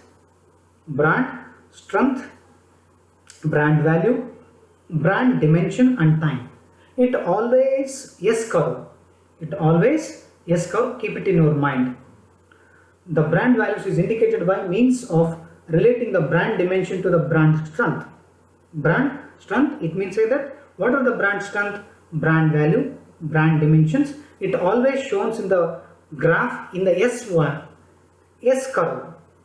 Next, incremental model. Under this approach or under this model, the value of a brand is measured in the terms of incremental benefits. Incremental benefits like your total expected benefits after acquiring or revaluing brands minus total benefits of brands owned. Brand value is equal to total expected benefits. In fact, benefits means the advantages after acquiring, after purchasing or revaluing of brands. Measuring the brands minus or subtract if the total benefits owned by a brands, then only we get the brand value under incremental model. Then 10th one, super profit model. Here super profit model, here this is most commonly used method for brand valuation. The simple formula of valuation under this method is as follows, means the brand value is equal to discounting factor with the help of discounting factors or time value of money into total profit on enterprises in number of years into profit on total profit, here total profit on enterprises in number of years into profit of enterprises without brand, with brand or without brand in number of years. We will get brand value under super profit method, super profit model. Finally, last one, market oriented approach. This is the last approach and value evaluating the self-generated brand, self-generated brands or homegrown brands. Here the market oriented approach is outward looking and emphasizes on the market forces and the competition to arrive at brand value. This method helps to expansion and shrinkage and impact macro level variables on the market. Here the brand value can be worked out with the help of equation, discounting factor with the help of discounting rates into company's profitability ratio into cumulative, means downward adding numbers in next 10 years minus cumulative total market share, I mean downward adding back of market share and other branded cumulative discounting factor into company's profitability ratio into cumulative market size in the next 10 years. ಅಂದ್ರೆ ಮೇಲಿಂದ ಕೆಳಗಡೆ add ಮಾಡ್ಕೊಂತ ಬರೋದು. ಮತ್ತು minus ಮಾಡಬೇಕು ಏನನ್ನು, cumulative total market share enjoyed by other branded and non branded products in the next years. ಮುಂದಿನ 10 ವರ್ಷದಲ್ಲಿ ಏನಾದರೂ ನಾನ್ ಬ್ರಾಂಡೆಡ್ ಪ್ರಾಡಕ್ಟ್ಸ್ ಇದ್ದು ಅಥವಾ ಇಂದಿನ 10 ವರ್ಷದಲ್ಲಿ ಅದರ್ ಬ್ರ್ಯಾಂಡೆಡ್ಸ್ ಏನಾದರೂ ಇದ್ದರೆ ಕ್ಯುಮ್ಯುಲೇಟಿವನ್ನು ಮಾಡ್ತಾ ಬಂದು ಅದರಲ್ಲಿ ಮೈನಸ್ ಮಾಡ್ತಕ್ಕಂಥದ್ದು. ಡಿಸ್ಕೌಂಟಿಂಗ್ ಫ್ಯಾಕ್ಟರ್ನಲ್ಲಿ ಮತ್ತು ಕಂಪನೀಸ್ ಪ್ರಾಫಿಟಬಿಲಿಟಿ ರೇಷಿಯೋನ ಮಲ್ಟಿಪ್ಲೈ ಮಾಡಿಕೊಂಡು ಜೊತೆಗೆ ಕ್ಯುಮ್ಯುಲೇಟಿವ್ ಮಾರ್ಕೆಟ್ ಸೈಜ್ ಏನಿದೆ ನೆಕ್ಸ್ಟು 10 ಇಯರ್ಸ್ನಲ್ಲಿ ಗುಣ ಮಲ್ಟಿಪ್ಲೈ ಮಾಡಿಕೊಂಡು ಬರ್ತಕ್ಕಂಥ ಅಮೌಂಟಲ್ಲಿ -2 ಮಾಡಬೇಕು. ಯಾವುದು, cumulative total market of share ಅಥವಾ ನೆಕ್ಸ್ಟ್ 10 ಇಯರ್ಸ್ ಅಂದರೆ branded unbranded. Next move the numerical part. Okay, ಇದರಲ್ಲಿ ಇನ್ನೊಂದು ಕೋ ಬ್ರ್ಯಾಂಡಿಂಗ್ ಅಂತ ಬರ್ತದೆ. ಕೋ ಬ್ರ್ಯಾಂಡಿಂಗ್ ಅಂದ ಕೂಡಲೇ example, co branding brings only royalty income, boost sales, brings new market. ಒಂದು ಪ್ರಾಡಕ್ಟಿಗೆ ಇನ್ನೊಂದು ಪ್ರಾಡಕ್ಟ್ನ ಜಾಯಿಂಟ್ ಮಾಡಿ ಮಾಡ್ತಕ್ಕಂಥದ್ದು ಏನಿರ್ತದೋ ಅದೆಲ್ಲ ಕೋ ಬ್ರ್ಯಾಂಡಿಂಗ್ ಬಗ್ಗೆ ಇರ್ತದೆ. ಅಂದರೆ ಪಾರ್ಟ್ನರ್ಶಿಪ್ ಬ್ರ್ಯಾಂಡಿಂಗ್ ಅಂತ ಹೇಳ್ತೀವಿ. ಇದರಲ್ಲಿ ಇಲ್ಲ, ನಾನು ಹೇಳ್ತಾ ಇದ್ದೀನಿ extra. Co branding is also called partnership branding. Brings is better retailer collaboration and clearly it is powerful tool obtaining major strategic and financial advantages. ಇದು co-branding. Okay, next move the numerical part. ಇನ್ನೊಂದು concept ಇದೆ, what are the general approaches in determining the value of. ಅವಿಷ್ಟು approaches ಆದಮೇಲೆ ಕೆಲವೊಂದು general approaches ಇದೆ. In determining the value of brand in an acquisition or merger. In case of acquisition or merger of any companies, one company acquiring another company or 2 or more companies coming together to form a new company, at that time the general approaches are usually chosen by the companies. First one, cost approaches. The cost approaches is totally brand equity. Brand equity means addition to the brand value in the amount of money that would require to reproduce or replace the brand. This is the cost approach. Then second one, market approach. Market approach helps the present value of the future economic benefits. It helps to future economic benefits to be derived by the owner of the asset. These are the approaches chosen by the acquisition or mergers. The present value of future economic benefits. ಅಂದರೆ future ಇರ್ತಕ್ಕಂಥ economic benefits ಅನ್ನು present ವ್ಯಾಲ್ಯೂನಲ್ಲಿ ಪ್ರೆಸೆಂಟಲ್ಲಿ estimation ಮಾಡಿ ತೋರಿಸತಕ್ಕಂಥದ್ದು market approach. ಅದು ಯಾವುದ್ರ basis ಮೇಲೆ, to be derived, benefits to be derived by the owner of the asset. As income approach always depends upon the discounted future cash flow from future earnings stream of the brand. It's always the time value of money, or discounting factor. These are the general approaches apart from 11 approaches which I could explain in the last, the models, 10 models. Okay, these are the general approaches.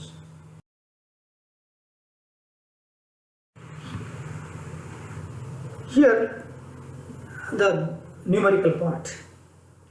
My dear friends, write down this question, then only people understand the topic. Otherwise you people want to understand. Here brand, one example is there, numerical, but is the examination point of is not important. Examination point of view important ಅಲ್ಲ, ನಿಮ್ಮ ನಾಲೆಡ್ಜನ್ನು ವೃದ್ಧಿ ಮಾಡ್ಕೊಳ್ಳೋಕ್ಕೋಸ್ಕರ knowledge ಸೇಕಿಗೆ ಇದೊಂದು ಪಾಯಿಂಟನ್ನು, ಇದೊಂದು numerical ಪಾರ್ಟನ್ನು ಹಾಕಿದ್ದೀನಿ. Keep go through this, ಇದನ್ನು ನೋಡ್ತಾ ಹೋಗಿ. ಇಲ್ಲಿ ಒಂದು ಎಕ್ಸಾಂಪಲ್ ಕೊಟ್ಟಿದೆ. The following data is given to you regarding a company having a share in branded portion as well as unbranded portion. ಇಲ್ಲಿ ಬ್ರಾಂಡೆಡ್ ಪೋರ್ಷನ್ ಇದೆ, ಅನ್ಬ್ರಾಂಡೆಡ್ ಪೋರ್ಷನ್ ಇದೆ. ಇದರಲ್ಲಿ ಬ್ರ್ಯಾಂಡ್ ವ್ಯಾಲ್ಯೂವನ್ನು ನೀವು ಕಂಡುಹಿಡಿಯಬೇಕು. Branded revenue 500 per unit, but ಅನ್ಬ್ರಾಂಡೆಡ್ revenue 120 per unit. But branded cost 350 per unit ಇದೆ, ಮತ್ತು ಅನ್ಬ್ರಾಂಡೆಡ್ cost 100 ಇದೆ. ಅಂದರೆ branded cost, branded revenue, ಅನ್ಬ್ರಾಂಡೆಡ್ revenue ಮತ್ತು ಬ್ರಾಂಡೆಡ್ ಕಾಸ್ಟ್, ಅನ್ಬ್ರಾಂಡೆಡ್ ಕಾಸ್ಟ್ ಏನಿದಿಲ್ಲ ಅದನ್ನು ಮೈನಸ್ ಮಾಡೋದ್ರ ಮೂಲಕ ನೆಕ್ಸ್ಟ್ ಸ್ಲೈಡಲ್ಲಿ ನಿಮ್ಗೆ ತೋರಿಸ್ತೀನಿ ಹೇಗೆ ಅಂತ. ನೆಕ್ಸ್ಟ್ ಇದಕ್ಕೋಸ್ಕರ, ಈ ಬ್ರ್ಯಾಂಡಿಗೋಸ್ಕರ ಖರ್ಚು ಮಾಡಿದ್ದು research and development 20 per unit. Branded products 1 lakh units. 500 rupees 500 per unit ಏನಿದೆ 500 per unit ಏನಿದೆ ಆ 500 per unit ಪ್ರಕಾರ ಇಲ್ಲಿ 1 lakh ಯೂನಿಟ್ಸ್ ಅನ್ನು ಪ್ರೊಡಕ್ಟ್ಸ್ ಇದಾಗಿದೆ ಉತ್ಪಾದನೆ ಆಗಿದೆ. ಸೊ ನೋಡೋಣ ಅನ್ಬ್ರಾಂಡೆಡ್ ಪ್ರಾಡಕ್ಟ್ಸ್ ಎಷ್ಟಿದೆ 40,000 ಯೂನಿಟ್ಸ್ ಇದೆ. ಬ್ರಾಂಡೆಡ್ ಅಲ್ಲಿ ಅನ್ಬ್ರಾಂಡೆಡ್ ಅನ್ನು ಮೈನಸ್ ಮಾಡಿಬಿಟ್ರೆ ನಿಮಗೊಂದು ಇನ್ಕಮ್ ಸಿಗ್ತದೆ ನೆಟ್ ರೆವೆನ್ಯೂ. ಅದರಲ್ಲಿ ಕೆಲವೊಂದು ಏನಾದರೂ ಟ್ಯಾಕ್ಸಸ್ ಏನಾದರೂ ಇದ್ದರೆ ಟ್ಯಾಕ್ಸನ್ನು ಮೈನಸ್ ಮಾಡಬೇಕಾಗುತ್ತೆ. ಇಷ್ಟು ನೀವು ನೆನಪಿಟ್ಕೋಬೇಕು. ಬ್ರಾಂಡೆಡಲ್ಲಿ ಅನ್ಬ್ರಾಂಡೆಡ್ ತೆಗಿಬೇಕು. ಆ ಬ್ರಾಂಡೆಡಲ್ಲಿ ಅನ್ಬ್ರಾಂಡೆಡ್ ತೆಗೆದ್ಮೇಲೆ ಬರ್ತಕ್ಕಂಥ ಅಮೌಂಟಲ್ಲಿ ಟ್ಯಾಕ್ಸ್ ತೆಗಿಬೇಕು. 39.55 ಇದೆ. ಕ್ಯಾಪಿಟಲೈಸೇಷನ್ ರೇಟ್ ಇದೆ. ಅಲ್ಲಿ ಹಿಂದಿನ ಮಾಡಲ್ಸಲ್ಲಿ ಕೆಲವೊಂದು ಫಾರ್ಮುಲಾಸ್ ಇರೋದನ್ನ ಆ ಫಾರ್ಮುಲಾಸಲ್ಲಿ ಅಪ್ಲಿಕೇಬಲ್ ಆಗುತ್ತೆ. ನೆಕ್ಸ್ಟ್ ಸ್ಲೈಡಿಗೆ ಹೋಗಬೇಕಾದ್ರೆ ಈ ಸ್ಲೈಡನ್ನು ನೀವು ನೋಟ್ ಡೌನ್ ಮಾಡಿಕೊಂಡ್ರೆ ನೆಕ್ಸ್ಟ್ ಸ್ಲೈಡ್ ಅರ್ಥ ಆಗ್ತದೆ. ಓಕೆ, ಕ್ಯಾಲ್ಕುಲೇಟ್ ಕೆಳಗಡೆ ಏನಿಲ್ಲ capitalisation 18%, tax rate 39.55, calculate brand value. So let us move next. ಇದಕ್ಕೆ ಆನ್ಸರ್ ಹುಡ್ಕೋಣ. ಇನ್ನು ಈ ಸ್ಲೈಡನ್ನು ಬೇಸಾಗಿ ಇಟ್ಕೊಂಡು ನೆಕ್ಸ್ಟ್ ಸ್ಲೈಡಲ್ಲಿ ಆನ್ಸರ್ ಇದೆ. ಈ ಸ್ಲೈಡಲ್ಲಿ ಫಸ್ಟ್ ಬರ್ಕೊಂಡ್ರೆ ನೆಕ್ಸ್ಟ್ ಸ್ಲೈಡ್ ಅರ್ಥ ಆಗುತ್ತೆ. Write down this slide, write down this question in this slide, then only if people understand the next slide, the answer, I mean solution. Solution is here. Net revenue from branded products is equal to revenue minus cost into quantity sold. Ali formula ಹೇಳಿದ್ನಲ್ಲ, I have explained some formulas regarding models, valuation of brand models. ಬ್ರ್ಯಾಂಡನ್ನು self generated ಬ್ರ್ಯಾಂಡ್ಸನ್ನು valuation ಮಾಡೋಕ್ಕೆ ಒಂದು brand ಮಾಡೆಲ್ಸನ್ನು ಏನು ಹೇಳಿದ್ನೋ ಅದ್ರ ಪ್ರಕಾರ ಕೆಲವು formula ಪ್ರಕಾರ ಇದೆ. ಕ್ವಶನಲ್ಲಿ ಫಸ್ಟಿಗೆ ಹೇಳಿದೆ ರೆವೆನ್ಯೂ ಮೈನಸ್ ಕಾಸ್ಟ್. ರೆವೆನ್ಯೂ ಬಂದು ಎಷ್ಟಿದೆ, ಕ್ವಾಂಟಿಟಿ ಸೋಲ್ಡ್ ಎಷ್ಟಿದೆ, 1 lakh ಕ್ವಾಂಟಿಟಿ ಸೋಲ್ಡ್ ಇದೆ. ಕಾಸ್ಟ್ ಬಂದು ಬ್ರ್ಯಾಂಡ್ ರೆವೆನ್ಯೂ ಬಂದು 500 ರೂಪಾಯಿ ಇದೆ ಪರ್ ಯೂನಿಟು. ಕಾಸ್ಟ್ ಬಂದು ಬ್ರಾಂಡೆಡ್ ಕಾಸ್ಟ್ ಬಂದು 350 ರೂಪಾಯಿ ಇದೆ. ಹಿಂದಿನ ಸ್ಲೈಡ್ ನೋಡಿದ್ರೆ ಬ್ರಾಂಡೆಡ್ ಕಾಸ್ಟಲ್ಲಿ ಬ್ರಾಂಡೆಡ್ ರೆವೆನ್ಯೂನಲ್ಲಿ ಬ್ರಾಂಡೆಡ್ ಕಾಸ್ಟನ್ನೇ ಮೈನಸ್ ಮಾಡಬೇಕು. 500ಅಲ್ಲಿ out of 500 revenue brand revenue minus branded cost 350, we will get 150. 150 into quantity sold is 1 lakh is given in the question. Branded products multiply. ಇಲ್ಲಿ ನಾನು ಹಾಕಿಲ್ಲ 3 out of 500 minus 1 350 150 into 1 lakh we got 1 crore 50 lakh. Then net revenue from unbranded products. Next go through the unbranded products. Look at the question. Unbranded revenue is 120 is there. Then unbranded cost in the question is 100 is there. Out of 120 minus 100 we got 20 into unbranded product is given in the question. Look at the question in the last slide, 40,000. So 120 minus 100 is equal to 20 into 40,000 we got 8 lakh is unbranded revenue. Out of branded revenue we have to deduct unbranded revenue. ಅಂದರೆ 1 crore 50 lakh ಅಲ್ಲಿ 8 lakh ಅನ್ನು minus ಮಾಡಿದ್ರೆ PAT for branded product 1 crore 50 lakh ಅಲ್ಲಿ ಈ 8 ಅಂದರೆ ಈ 8 lakh ಏನಿದೆ ಅಂದರೆ ಈ 8 lakh ಹೇಗೆ ಬಂದು 120ನಲ್ಲಿ 100 ಅನ್ನು ತೆಗೆದ್ರೆ 20 ಬರ್ತದೆ. 20 into 40,000 ಮಾಡಿದ್ರೆ 8 lakh ಸಿಗ್ತದೆ. ಸೊ ಇಲ್ಲಿ 8 lakh ಸಿಕ್ತು. 8 lakh ಸಿಕ್ಕಾದ್ಮೇಲೆ 8 lakh ಅದು ಅನ್ಬ್ರಾಂಡೆಡ್ ರೆವೆನ್ಯೂ. ಮತ್ತು ಅದು ಎಂಥದ್ದು ನೆಟ್ ಅನ್ಬ್ರಾಂಡೆಡ್ ರೆವೆನ್ಯೂ. ಅದು ಮೇಲೆ 1 crore 50 lakh net branded revenue. 8 lakh is after obtaining 8 lakh. But here PAT, profit after tax for branded product, 1 crore 50 lakh minus 28 lakh. In 28 lakh, it is 8 lakh is from here, 20 lakh is from, look at the last slide, there is a research and development is rupees 20 per unit, 20 into 100, sorry 20 into 1 lakh. Research and development cost is in the last question, I mean question, the question is given 20 per unit, 20 into 1 lakh. 20 into 1 lakh, it means 20 lakh. 20 lakh plus 8 lakh is net unbranded revenue. Total 28 lakh. Here 1 crore 50 lakh minus 28 lakh, we will we got 1 crore 22 lakh. Here 1 crore 22 lakh, look at the question. There is a tax is given 39.55. 39.55. You can make it like this into 1 minus 0.3955. ನೀವು ಈ ಥರ ಆದರೂ ಮಾಡ್ಕೊಳ್ರಿ, ಒಂದು minus 0.39 ಈ ಥರ ಆದರೂ ಮಾಡ್ಕೊಳ್ರಿ, ಅಥವಾ ಡೈರೆಕ್ಟಾಗಿ 1,22,00,000 ಮೇಲೆ. ಈ 28 ಲಕ್ಷ ಹೇಗೆ ಬಂತು? ಕ್ವಶನ್ನಲ್ಲಿ ರಿಸರ್ಚ್ ಆ್ಯಂಡ್ ಡೆವಲಪ್ಮೆಂಟ್ ಅಂತೇಳಿ 20 ರೂಪಾಯಿ ಇದೆ. ಆ 20 ರೂಪಾಯಿ ಇಂಟು 1 ಲಕ್ಷ ಬ್ರ್ಯಾಂಡೆಡ್ ಪ್ರಾಡಕ್ಟ್ಸ್ ಇದೆ. ಆ ಬ್ರಾಂಡೆಡ್ ಪ್ರಾಡಕ್ಟ್ಸ್ 1 ಲಕ್ಷ ಇಂಟು 20 ಮಾಡಿದ್ರೆ 20 ಲಕ್ಷ ಬರುತ್ತೆ. 20 ಲಕ್ಷ ಪ್ಲಸ್ ಇದು ಒಂದು 8 ಲಕ್ಷ, 28 ಲಕ್ಷ ಆಯಿತು. 1,50,00,000 28 ಲಕ್ಷ ಕಳೆದ್ರೆ 1,22,00,000 ಬರ್ತದೆ. ನಮಗೆ ಪ್ರಾಫಿಟ್ ಆಫ್ಟರ್ ಟ್ಯಾಕ್ಸ್ ಬೇಕು. ಪ್ರಾಫಿಟ್ ಆಫ್ಟರ್ ಟ್ಯಾಕ್ಸ್ ಬೇಕು ಅಂದರೆ 1,22,00,000 ಮೇಲೆ 39.55 39.55 ನೀವು ಟ್ಯಾಕ್ಸನ್ನು ಮಾಡಿಕೊಂಡ್ರೆ ಎಷ್ಟು ಬರ್ತದೆ? 4,82,000 ಸಾರಿ 4,00,000 ಒಂದು ನಿಮಿಷ, 25,100. ಕ್ಯಾಲ್ಕುಲೇಟರ್ ಯೂಸ್ ಮಾಡಿ, you can use the calculator. 48,25,100 25,100 ಬರ್ತದೆ. ಈ 1,22,00,000ದಲ್ಲಿ 48,25,100 ರೂಪಾಯಿ ಕಳೆಯಿರಿ. ಕಳೆದ್ರೆ 73,74,900 ರೂಪಾಯಿ ಸಿಗುತ್ತೆ. ನೀವು ಈ ಮೆಥಡ್ ಕಷ್ಟ ಆಗ್ಬೋದು. ಸೊ ಬೆಟರ್ ಒಂದರಲ್ಲಿ ಈ ಥರ ಕಳ್ಕೊಂಡು ಮಾಡೋದಕ್ಕಿಂತ ಡೈರೆಕ್ಟಾಗಿ ಅಥವಾ ಇದನ್ನಾದರೂ ಮಾಡಿರಿ. ಒಂದು ಕಾಮನ್ ತಗೊಂಡು ಟ್ಯಾಕ್ಸು 39.5 ಹಾಕ್ಕೊಂಡು ಒಂದರಲ್ಲಿ 39.5 ಕಳ್ಕೊಂಡು 0.6045 ಮಲ್ಟಿಪ್ಲೈ ಮಾಡಿಕೊಂಡು ಡೈರೆಕ್ಟಾಗಿ ಆನ್ಸರ್ ಸಿಗುತ್ತೆ. ಅಥವಾ ಬೆಟರ್ ಅಂದರೆ 1,22,00,000 ಮೇಲೆ 39.55% ಅಷ್ಟು ನೀವು ಟ್ಯಾಕ್ಸನ್ನು ಮಾಡ್ಕೊಂಡ್ರೆ 48,25,100 ಬರ್ತದೆ. 1,22,00,000ದಲ್ಲಿ ನೀವು 48,25,100 ತೆಗೆದ್ರೆ ಪ್ರಾಫಿಟ್ ಆಫ್ಟರ್ ಟ್ಯಾಕ್ಸ್ 73,74,900 ಬರ್ತದೆ. ಇಲ್ಲಿ ಬ್ರ್ಯಾಂಡ್ ವ್ಯಾಲ್ಯೂ ಮಾಡ್ಕೋಬೇಕಾದ್ರೆ for the purpose of brand value returns here as usual 73,74,900 here divided by capitalisation rate. Look at the ಕ್ವಶನಲ್ಲಿ ನೋಡ್ರಿ, ಕ್ವಶನಲ್ಲಿ ಲಾಸ್ಟ್ ಪಾಯಿಂಟಲ್ಲಿ ಒಂದು ಕ್ಯಾಪಿಟಲೈಸೇಷನ್ ಫ್ಯಾಕ್ಟರ್ ಅಂತೇಳಿ 18% ಕೊಟ್ಟಾನ. 18% ಅಂದರೆ 18 ಡಿವೈಡ್ ಬೈ 100 ಮಾಡಿದ್ರೆ 0.18. 0.18 ಮಾಡಿದ್ರೆ 0.18 ಬರ್ತದೆ. 73,74,900 ಡಿವೈಡ್ ಬೈ 0.18 ಮಾಡಿದ್ರೆ ಎಷ್ಟು ಸಿಗ್ತದೆ ಅಮೌಂಟು? ನೀವೇ ನೋಡ್ರಿ, ಇಲ್ಲಿ ಅಮೌಂಟ್ ಇದೆ 409,71,666. This is the brand value.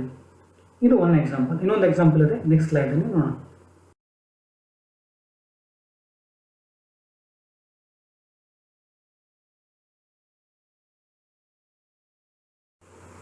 Example 2. ಈ ಕ್ವಶನನ್ನು ಬರ್ಕೊಂಡ್ರೆ ಮಾತ್ರ ನೆಕ್ಸ್ಟ್ ಕ್ವಶನ್ ನಿಮಗೆ ಅರ್ಥ ಆಗ್ತದೆ, ಅದರ್ವೈಸ್ ಅರ್ಥ ಆಗಲ್ಲ. The following is not important for examination sake of it is a knowledge sake ನಾನು ಇದನ್ನು ಕೊಟ್ಟಿರೋದು, ನಾಲೆಡ್ಜ್ ದೃಷ್ಟಿಯಿಂದ ನಾನು ಕಲೀಲಿಕ್ಕೆ. ಅಷ್ಟು ಎಕ್ಸಾಮ್ ಪಾಯಿಂಟ್ ಆಫ್ ವ್ಯೂರಿಗೆ ಬಂದಿಲ್ಲ, ಬಂದರೆ ನೀವು ಕಲೀಲಿಕ್ಕೆ ನಾನು ಹಾಕಿದ್ದೀನಿ ಅಷ್ಟೇ. Okay, next here one example. The following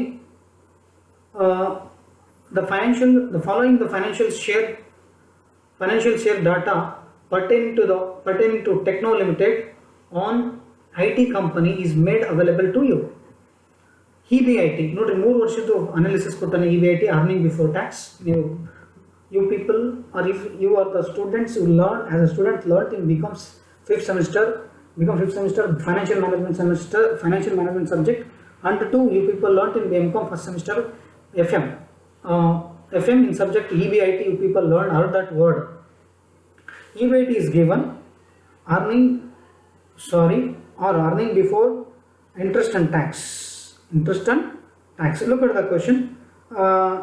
question ಅನ್ನು ಚೆನ್ನಾಗಿ ನೋಡ್ಕೊಂಡ್ರೆ ಮಾತ್ರ ನಿಮಗೆ ಈ ಕ್ವಶನಲ್ಲಿ ಇರ್ತಕ್ಕಂಥ ಕಾನ್ಸೆಪ್ಟ್, ಈ ಕ್ವಶನ್ನ ಬರ್ಕೊಂಡ್ರೆ ನೆಕ್ಸ್ಟ್ ಸ್ಲೈಡಲ್ಲಿ ಅರ್ಥ ಆಗುತ್ತೆ. 96.303 ಇದು ಲ್ಯಾಕ್ ಟುಗೆದರ್ ಇರ್ಬೋದು, ಕ್ರೋರ್ ಟುಗೆದರ್ ಇರ್ಬೋದು, depend upon question. Left to you ಹೆಂಗಾದ್ರೂ ತಿಳ್ಕೊಬೋದು. ಅಥವಾ 696 ರೂಪಾಯಿಗೆ 3 ರೂಪಾಯಿ ಅಂತ ತಿಳ್ಕೊಬೋದು. Left to you depend upon 1000 ಲೆಕ್ಕ. In case 1000 second year 325, fourth year 155.86. okay, non-branded income 53.43. branded income ನಲ್ಲಿ ನಾನ್ ಬ್ರಾಂಡೆಡ್ ಇನ್ಕಮ್ ತೆಗೆದ್ವಲ್ಲ ಅದೇ ರೀತಿ ಇಲ್ಲಿ ಕೂಡ ವರ್ಕೌಟ್ ಮಾಡಬೇಕಾಗುತ್ತೆ. So here for 53.43, 35.23, 3.43. here inflation rate, keep it in your mind, inflation rate, inflation compounding factor is at 8%. is 1% is included in 69.696.03. ಈ ಒಂದು inflation factor ಇದರೊಳಗಡೆ ಒಳಗೊಂಡಿರ್ತದೆ. ಮತ್ತು ಈ ನೆಕ್ಸ್ಟ್ ಇಯರ್ 2015 ಇದೇನಿದೆಯಲ್ಲ, 2015 ಮತ್ತು 2014 ಇನ್ಫ್ಲೇಷನ್ ಫ್ಯಾಕ್ಟರ್ ಏನಿದೆಯಲ್ಲ, ಈ ಎರಡು ಇನ್ಫ್ಲೇಷನ್ ಫ್ಯಾಕ್ಟರು 1.0.87, 1.181 ಈ ಎರಡು ಇನ್ಫ್ಲೇಷನ್ ಫ್ಯಾಕ್ಟರ್ಸು 2016 ಅಪ್ಲಿಕೇಬಲ್ ಆಗುತ್ತೆ. 2016 ಅಪ್ಲಿಕೇಬಲ್ ಆಗುತ್ತೆ. ಅದೇ ಥರ 2015 ಮಾಡಬೇಕಾದ್ರೆ 2015 ಇನ್ಫ್ಲೇಷನ್ ಫ್ಯಾಕ್ಟರ್ 1.087 ಈ ಇನ್ಕಮ್ ಒಳಗಡೆ 325.65 ಒಳಗಡೆ ಒಳಗೊಂಡಿರ್ತದೆ. ಸೊ ಹಾಗಾಗಿ ಇದನ್ನು ನಾವು ಕ್ಯಾಲ್ಕುಲೇಷನ್ ಮಾಡಬೇಕಾದ್ರೆ 2015 ಅವಾಗಲೂ 2014 ಏನಿದೆಯಲ್ಲ 1.181 ಆ ಇನ್ಫ್ಲೇಷನ್ ಫ್ಯಾಕ್ಟರ್ ಹೆಲ್ಪ್ ಆಗುತ್ತೆ.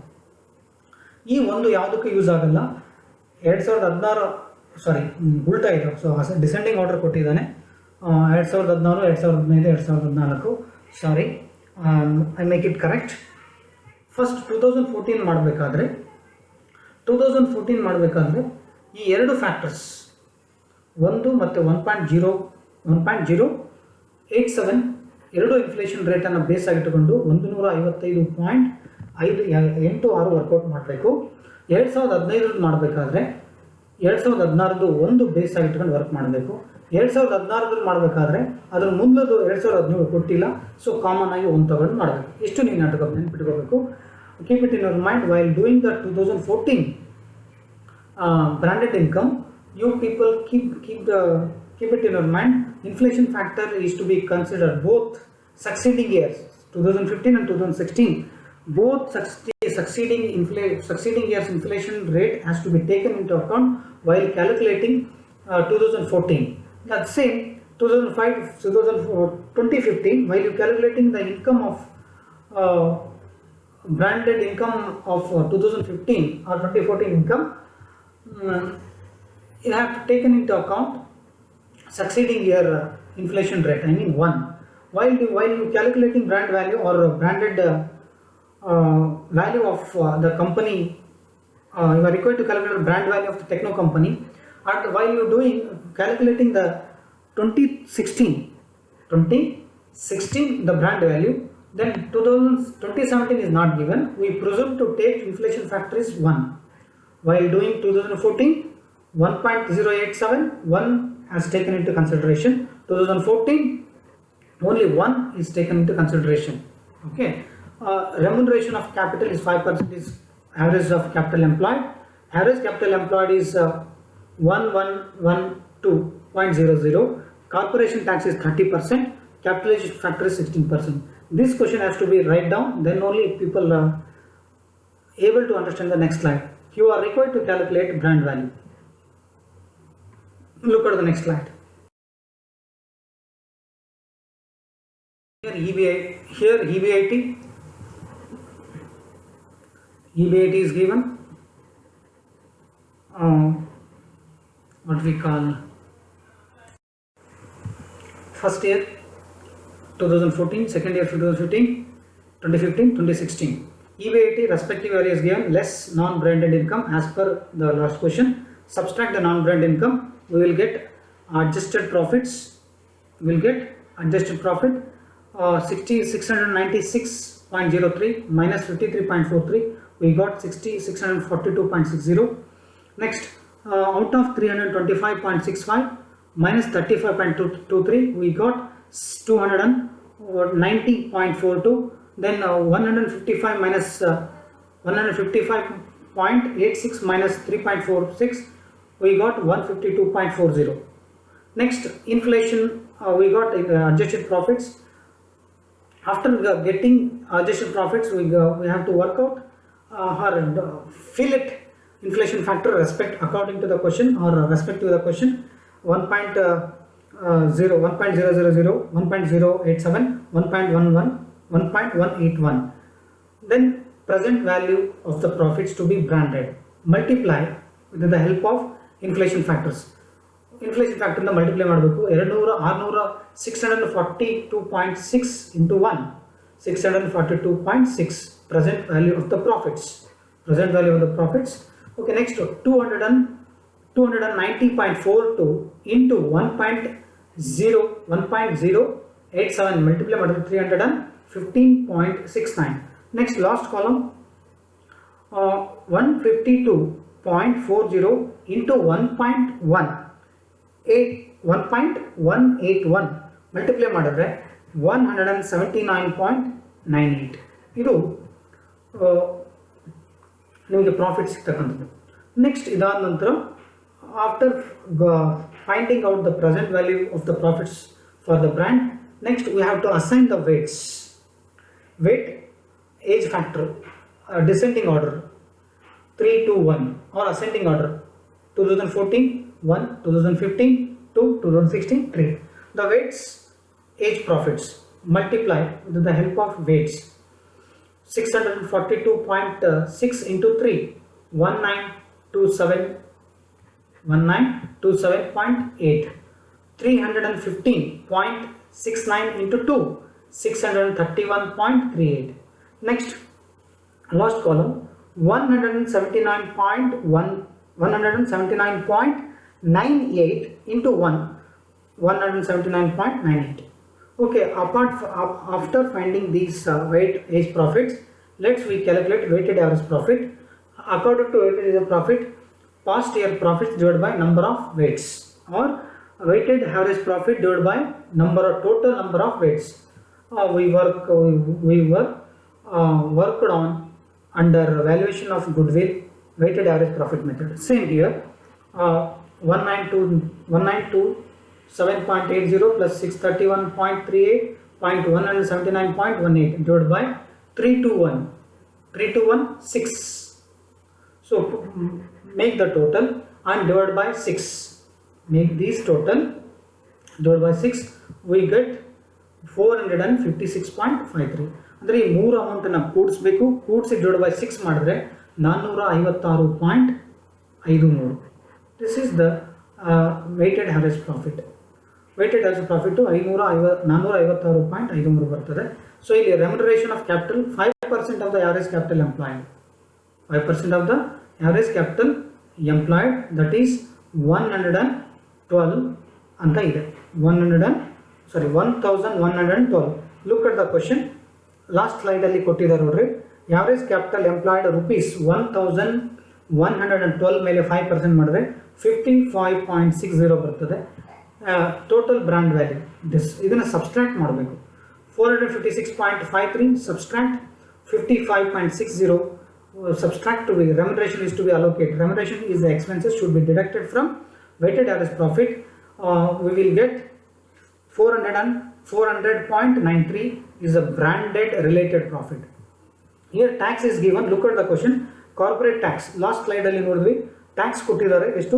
35%. 35% ಅನ್ನ ಮಾಡಿದ್ರೆ 400.93 ಮೇಲೆ 35% ಮಾಡಿದ್ರೆ 140.33 ಬರ್ತದೆ.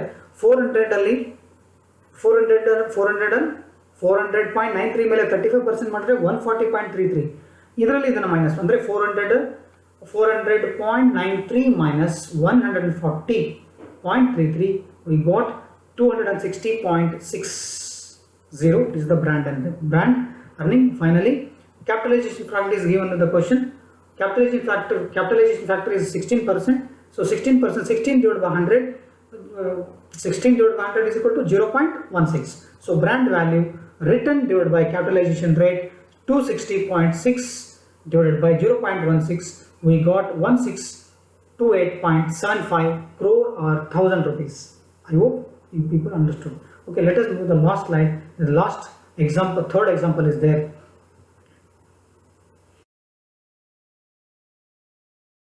Example, third example. Here same 2014, 2015, 2016 as usual given.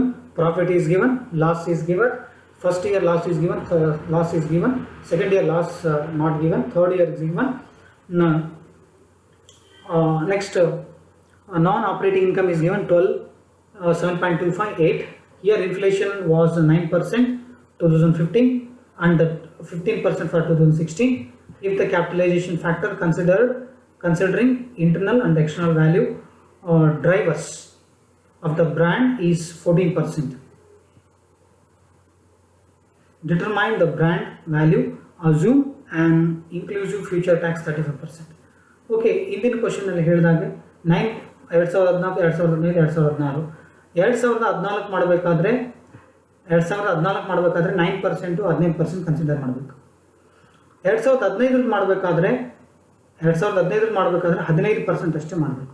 2016 ಮಾಡಬೇಕಾದ್ರೆ ಓನ್ಲಿ ಒನ್ ಇನ್ಫ್ಲೇಷನ್ ಫ್ಯಾಕ್ಟರ್ನ ಕನ್ಸಿಡರ್ ಮಾಡಬೇಕು. ಇಲ್ಲಿ ಕೆಳಗಡೆ ನೋಡೋಣ. Same third. ಈಗ profit before tax as usual ಹಂಗೆ ಬರ್ಕೊಂಡಿದ್ದೀನಿ. ಮೊದಲನೇ ವರ್ಷ ಕೊಟ್ಟಿದ್ದಾರೆ, ಎರಡನೇ ವರ್ಷ ಇಲ್ಲ. 75 ರೂಪಾಯಿನಲ್ಲಿ 3 ರೂಪಾಯಿ ಕಾಮನ್ ಮೈನಸ್ ಮಾಡೋದು ಇದರಲ್ಲಿ ನಿಮ್ಗೆ ಗೊತ್ತಿದೆ. ಮೈನಸ್ ಮಾಡಿದೆ. Okay, loss on sale of assets minus ಮಾಡಬೇಕು, ಮೈನಸ್ ಮಾಡೋಣ.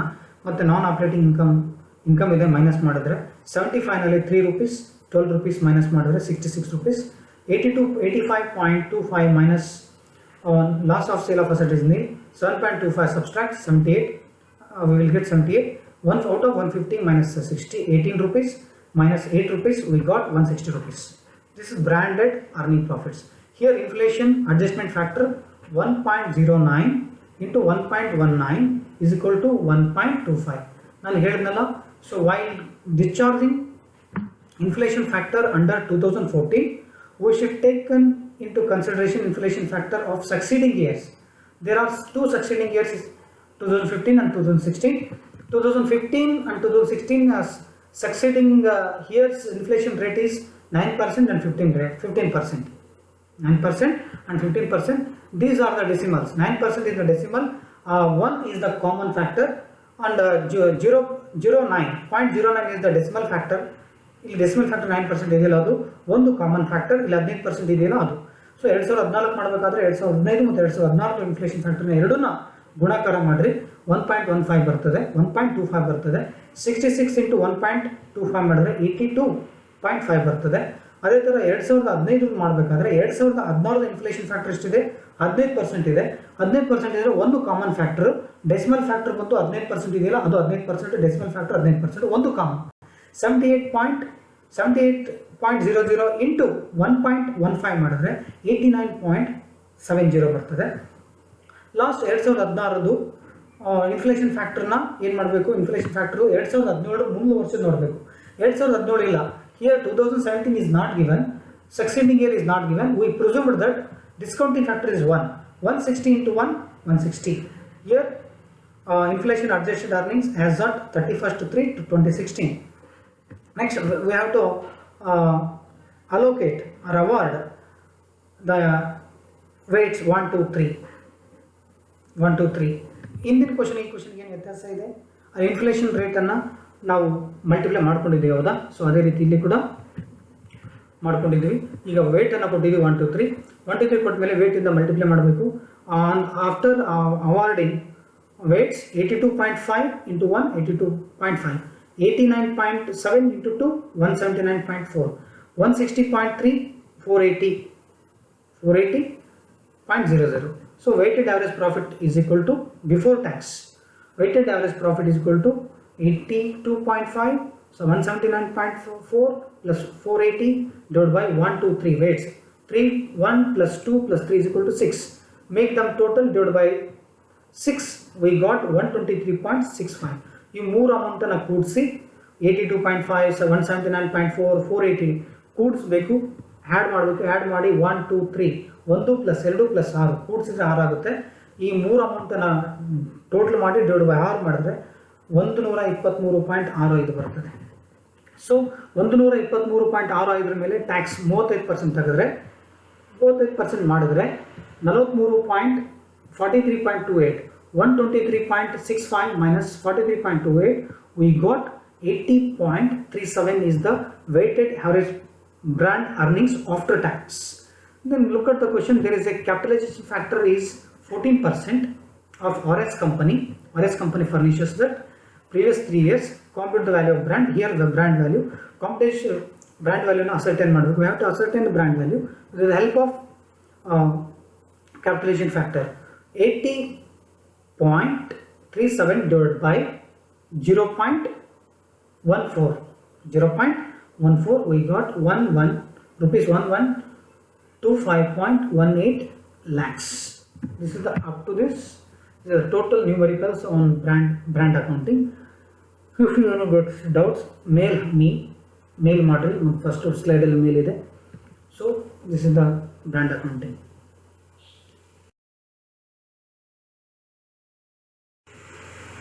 Here learning outcomes. ಏನೆಲ್ಲ ಕಲ್ತಿರಿ ಅಂತ meaning of brand and its valuation. This is a summary. Meaning of homegrown brands, brand accounting, meaning and its valuation, purpose or objectives of brand accounting, factors and the difficulties, valuation, modules of brand accounting, numericals. I mean numerical plot on working exercises we worked, approaches of brand accounting and needs and importance of brand accounting. Up to this we have been learned these concepts. References for you people. In the last video what I put some references, those references same here.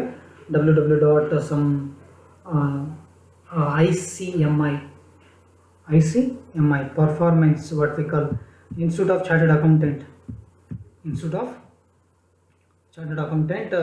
strategic performance management and business valuation, www.slideshare.net.in, ICAI materials, some advanced books of written by MC Grewal and Shukla. These are the references for you people for further references or further readings.